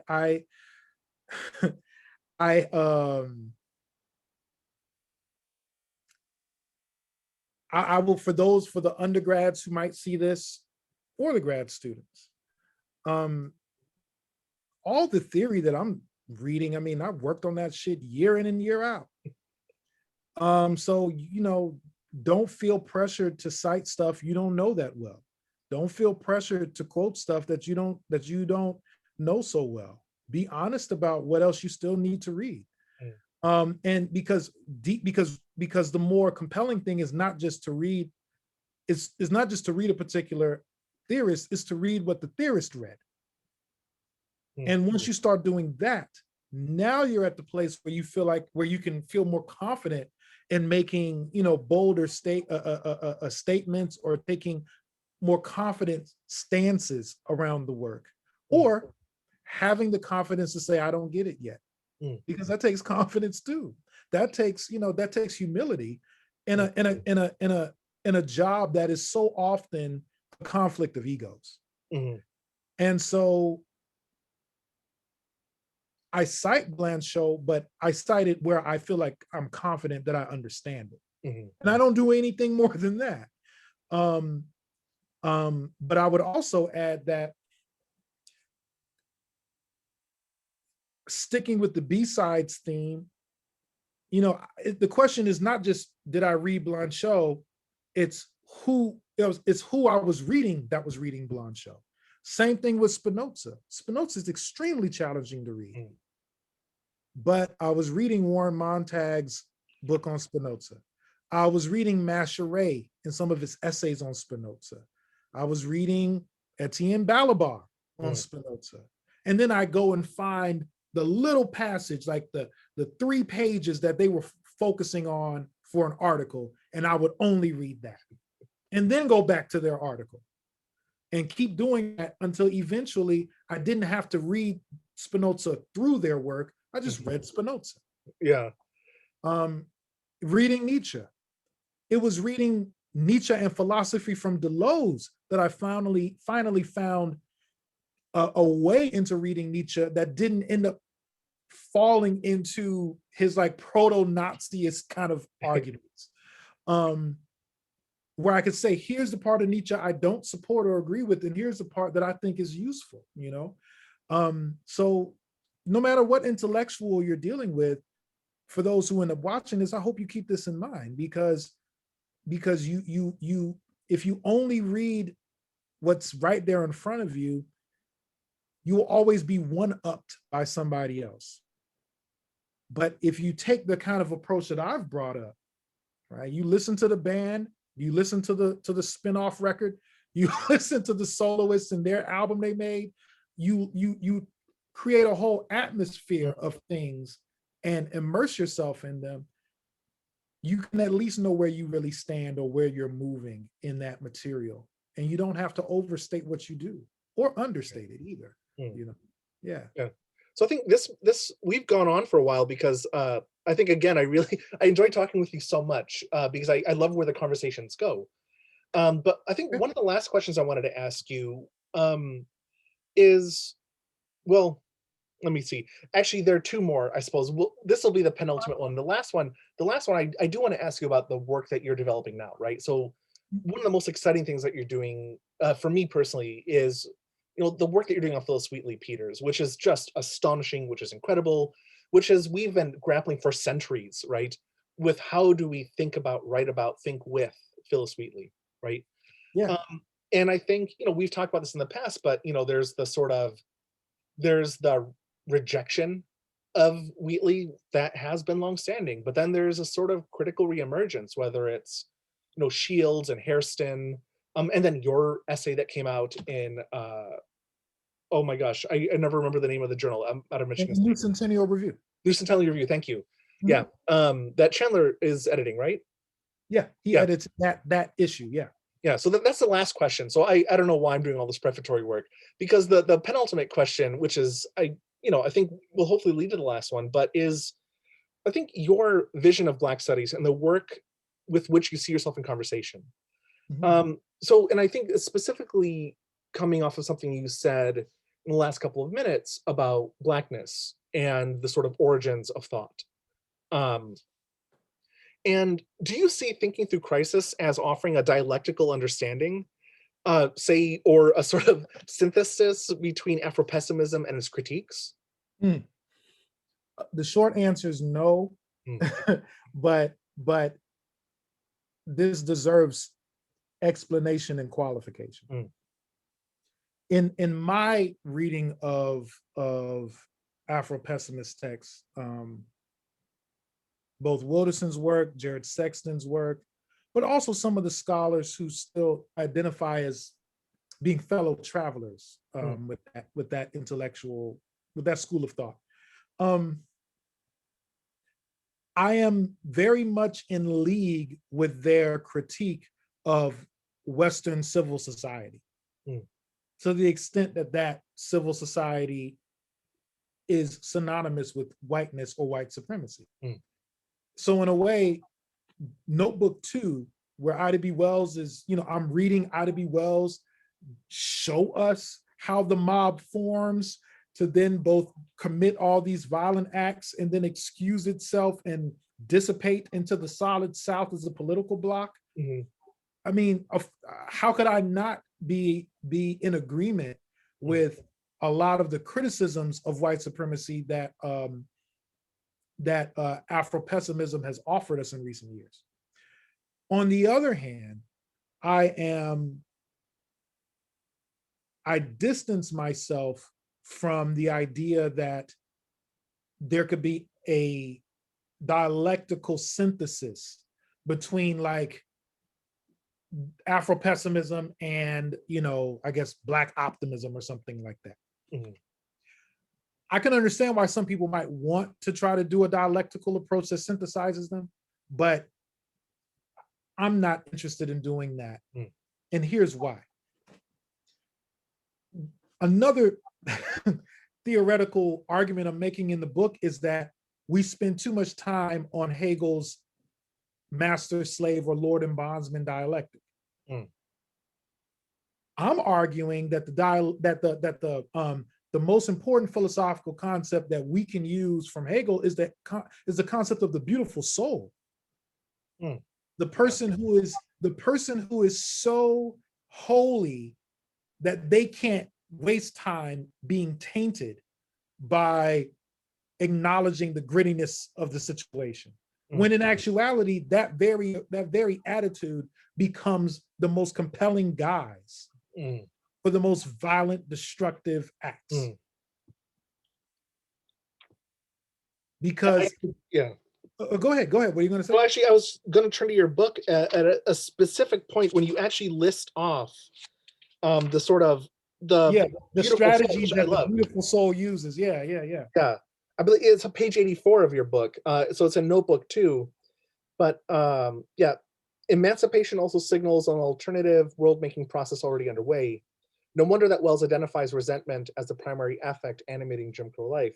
Hence this notebook suggestion that the beautiful soul, the master bankrupted by civil war, living off credit and old prestige, the Southern belle who watched her inheritance walk off the plantation as she received her father's body in a coffin, or the poor white worker who can no longer depend on plantation owners paying his taxes through the revenue of slave labor. This beautiful soul is a more appropriate analog because it registers the nagging effort to stall Black progress at every turn. And just thinking about this, how often do we get this? Whether it's pre-Civil War through Little Eva, right, who is literally the beautiful soul in every way, shape, and form, right? So, Little Eva from Uncle Tom's Cabin, or in Gone with the Wind, or Walker Percy, right? Who I wondered, is he William Percy's son, or are they related at Yes, all? yes. Okay, so the moviegoer is interesting to me I for think other so. reasons now. I think so. I think so. Well, But we'll just operate under the assumption that they're related somehow. yeah, So like it's interesting, right? This beautiful soul. And this is I think what's so maybe distressing for people about Richard Wright or even Flannery O'Connor in her I think less problematic moments, right? Is that there is no beautiful soul, right? yeah, There's a sort of, and this is Faulkner, right?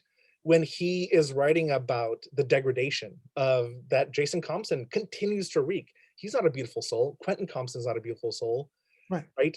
I think he abandons this because he doesn't want to insist on Yeah, this, but this is the depth of the critique, right? This is, I think, what Morrison resuscitates yeah. in her own rethinking of Faulkner. So I love that. So that section of page 84 of Thinking Through Crisis, which is just so sorry. I just wanted to jump in and sort of read from the book a little bit and think through it a little It's bit, okay. but just to how this also helps us rethink Hegel and his critical legacy.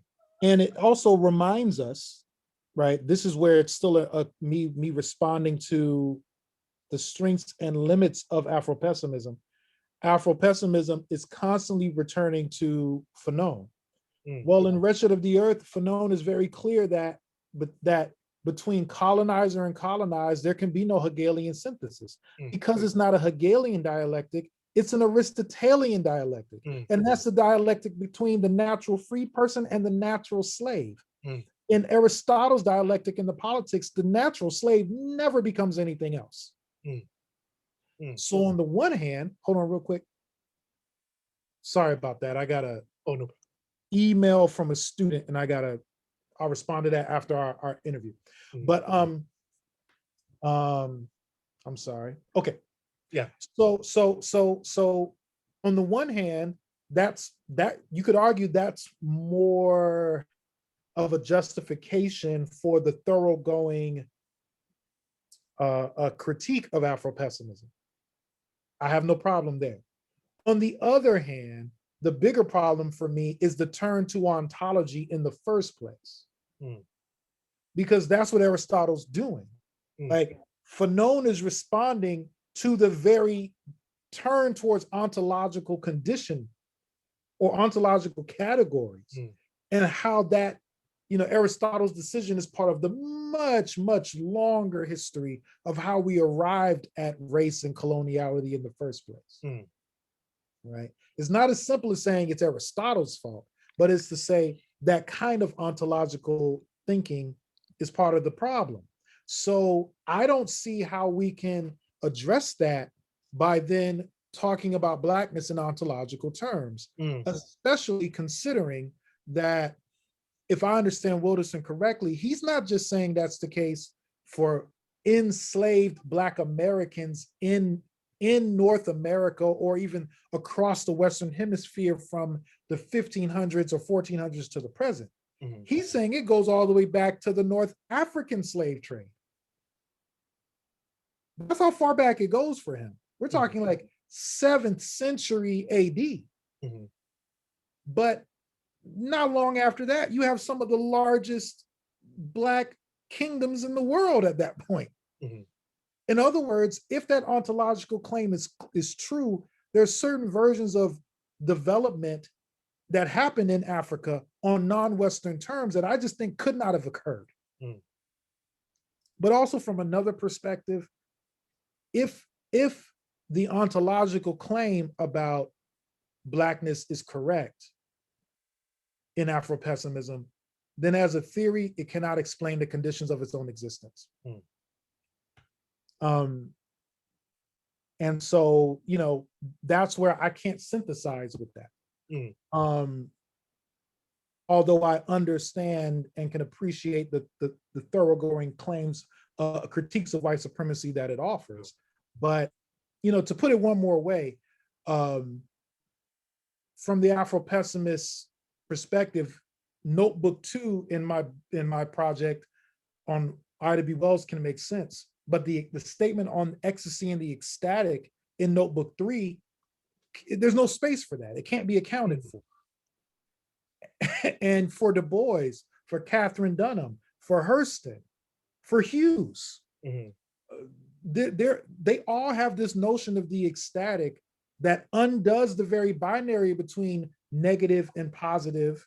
It undoes the dialectical to create unknown combinations and interactions that are based on real life political change and the intercultural processes that spurred that change. But those processes continue even if that change does not stick in broader society. Yeah, and to return, but that reminds me of the way that you distinguish in the book between Benjamin's. You further distinguish between Benjamin's distinctions between mythic violence and divine violence, right? And you're thinking about the longer history of divine violence, which is something that is active, something that is disruptive. That is, in fact, ecstatic. And if we think about the sort of longer theological or biblical history of divine violence, it is catastrophic, right? In a very specific way. Whereas mythic violence reasserts. Because mythic violence only happens because somebody has to call themselves I. Divine violence is an agency that undoes the I as you become part of its process. And only people who can share in that dispossession of the I can be a part of this ecstasy that comes with divine violence. I also am saying that there's an ecstasy that comes with mythic violence as well, because of the way it fuses people, right? You hear people talking about the joy of being in the insurrection, the joy of being at a Trump rally. That's the white supremacist version of ecstasy. It's the sense of fusion and invincibility, and that and unregulated privilege to say I, that they get from being in that political space. This is doing something else. And this is sort of admitting that I used to identify as a Lacanian. Of course, I was an undergrad when I did this, right?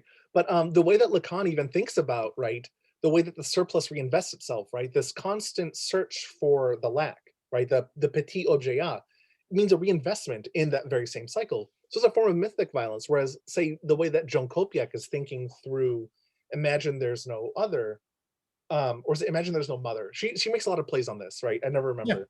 Imagine There's No Mother, right? So she's thinking about the ways that I think what you're calling divine violence is in fact a sort of cutting through this, the Gordian knot of what Lacan sees as the sort of spiraling around lack, which is fascinating to me. So the way that you're even suggesting and thinking through, I mean, I don't think you're, not to speak for you, but I'm not sure that you're invested in like sort of relitigating Lacan and his sort of critical influence. But on the other hand, you're offering actually a way to think through the way that Lacan's cycles, or the way he's thinking through psychological and psychic processes, right, can help us think through what mob violence is, what insurrection is, how mythic violence actually reestablishes order in the mob. And there is ecstasy there, but it's the ecstasy that reinvests itself, the surplus that is invested back into the machine. Yeah, I could agree with that. And I would say that a lot of the great work in Black thought, especially from the 80s to now, is engaging with psychoanalysis, albeit implicitly.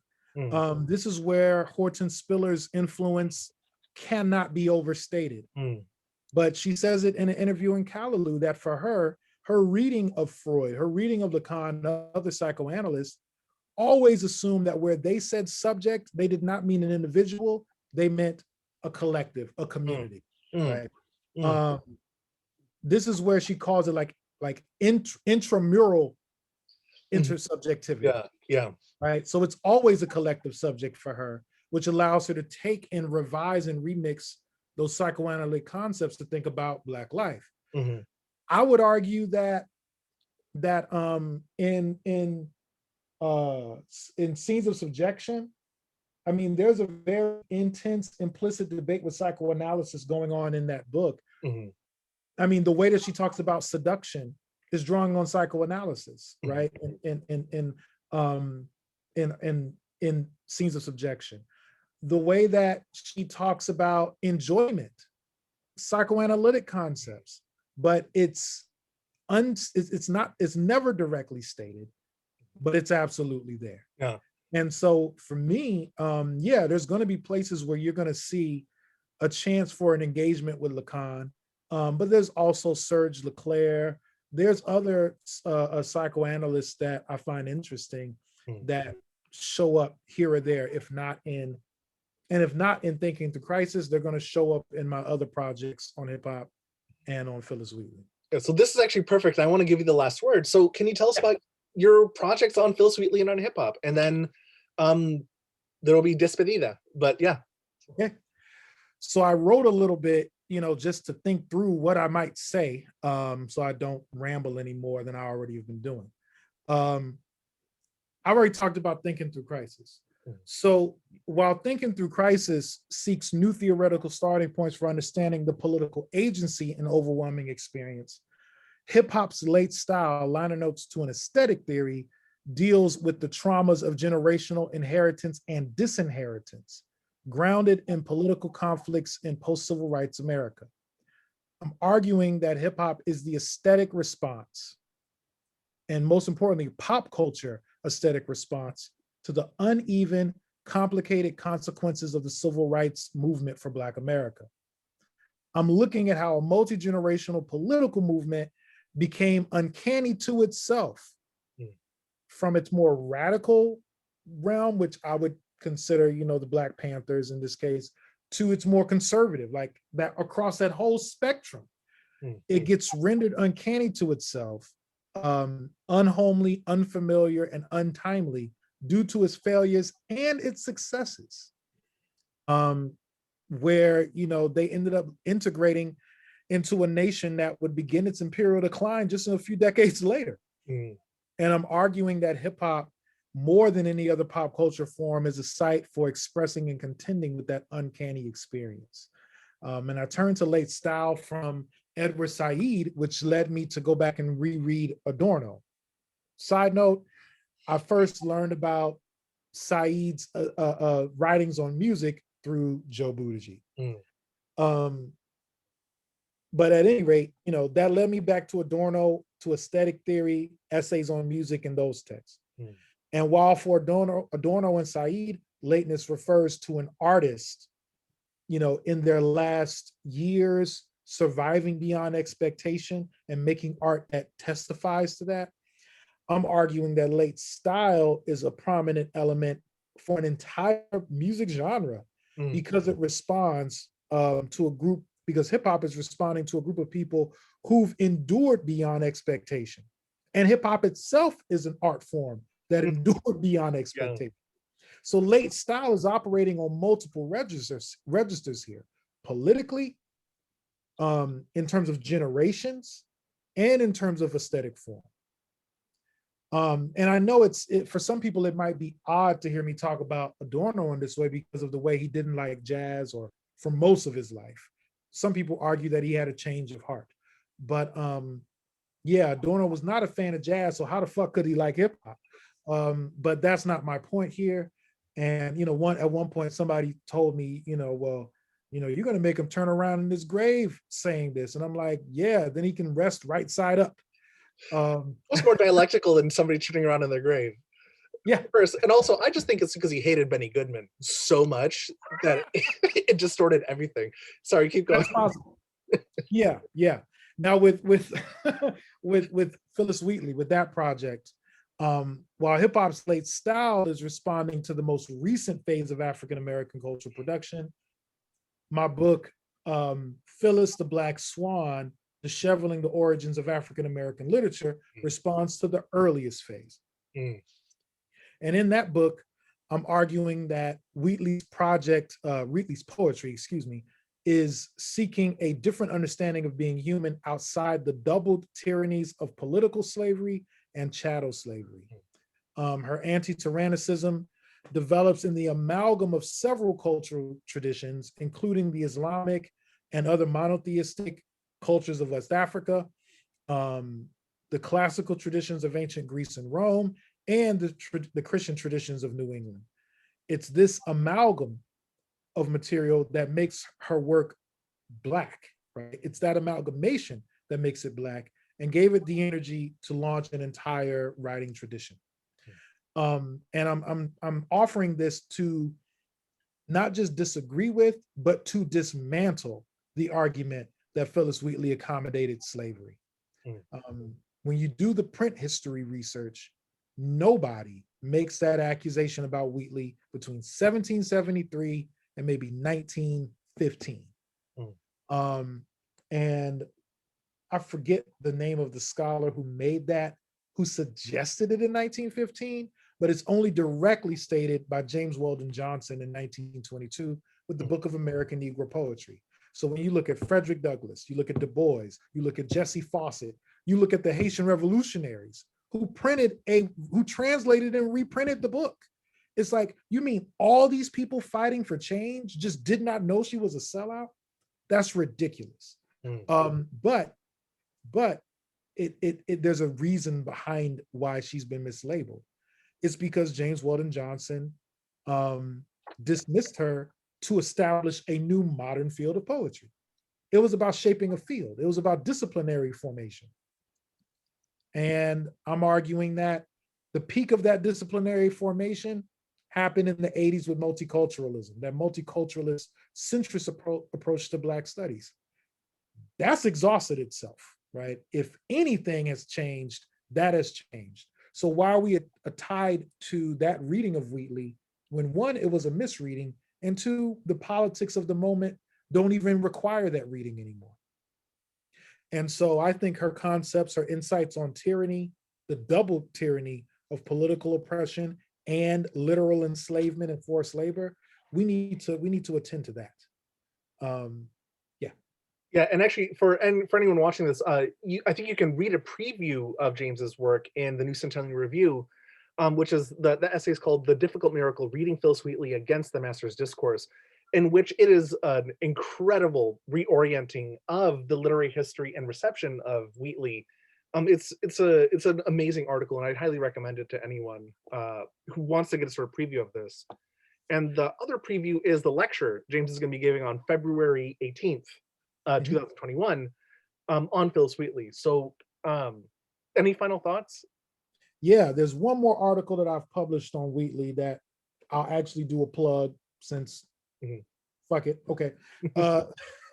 Systems of Life. This is the book that was published in response to the conference that I mentioned a while ago.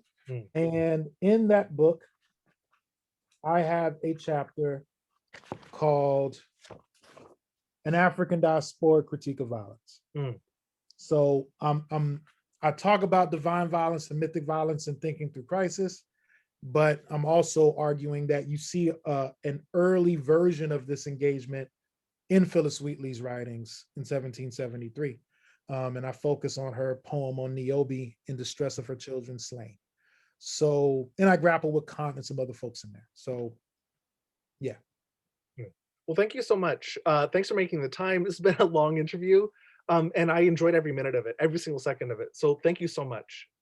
Hey, thank you to everybody who eventually listens to this. This is the most you're going to ever hear me fucking talk about this, about myself. But I appreciate the opportunity. I gained a lot from my time at Notre Dame, both the good and the bad. And, I hope that what I say here will help any new or current or yeah, any new or current students in undergrad or grad school to figure out how they want to intervene intellectually and in our world, because we all need it. Thank you.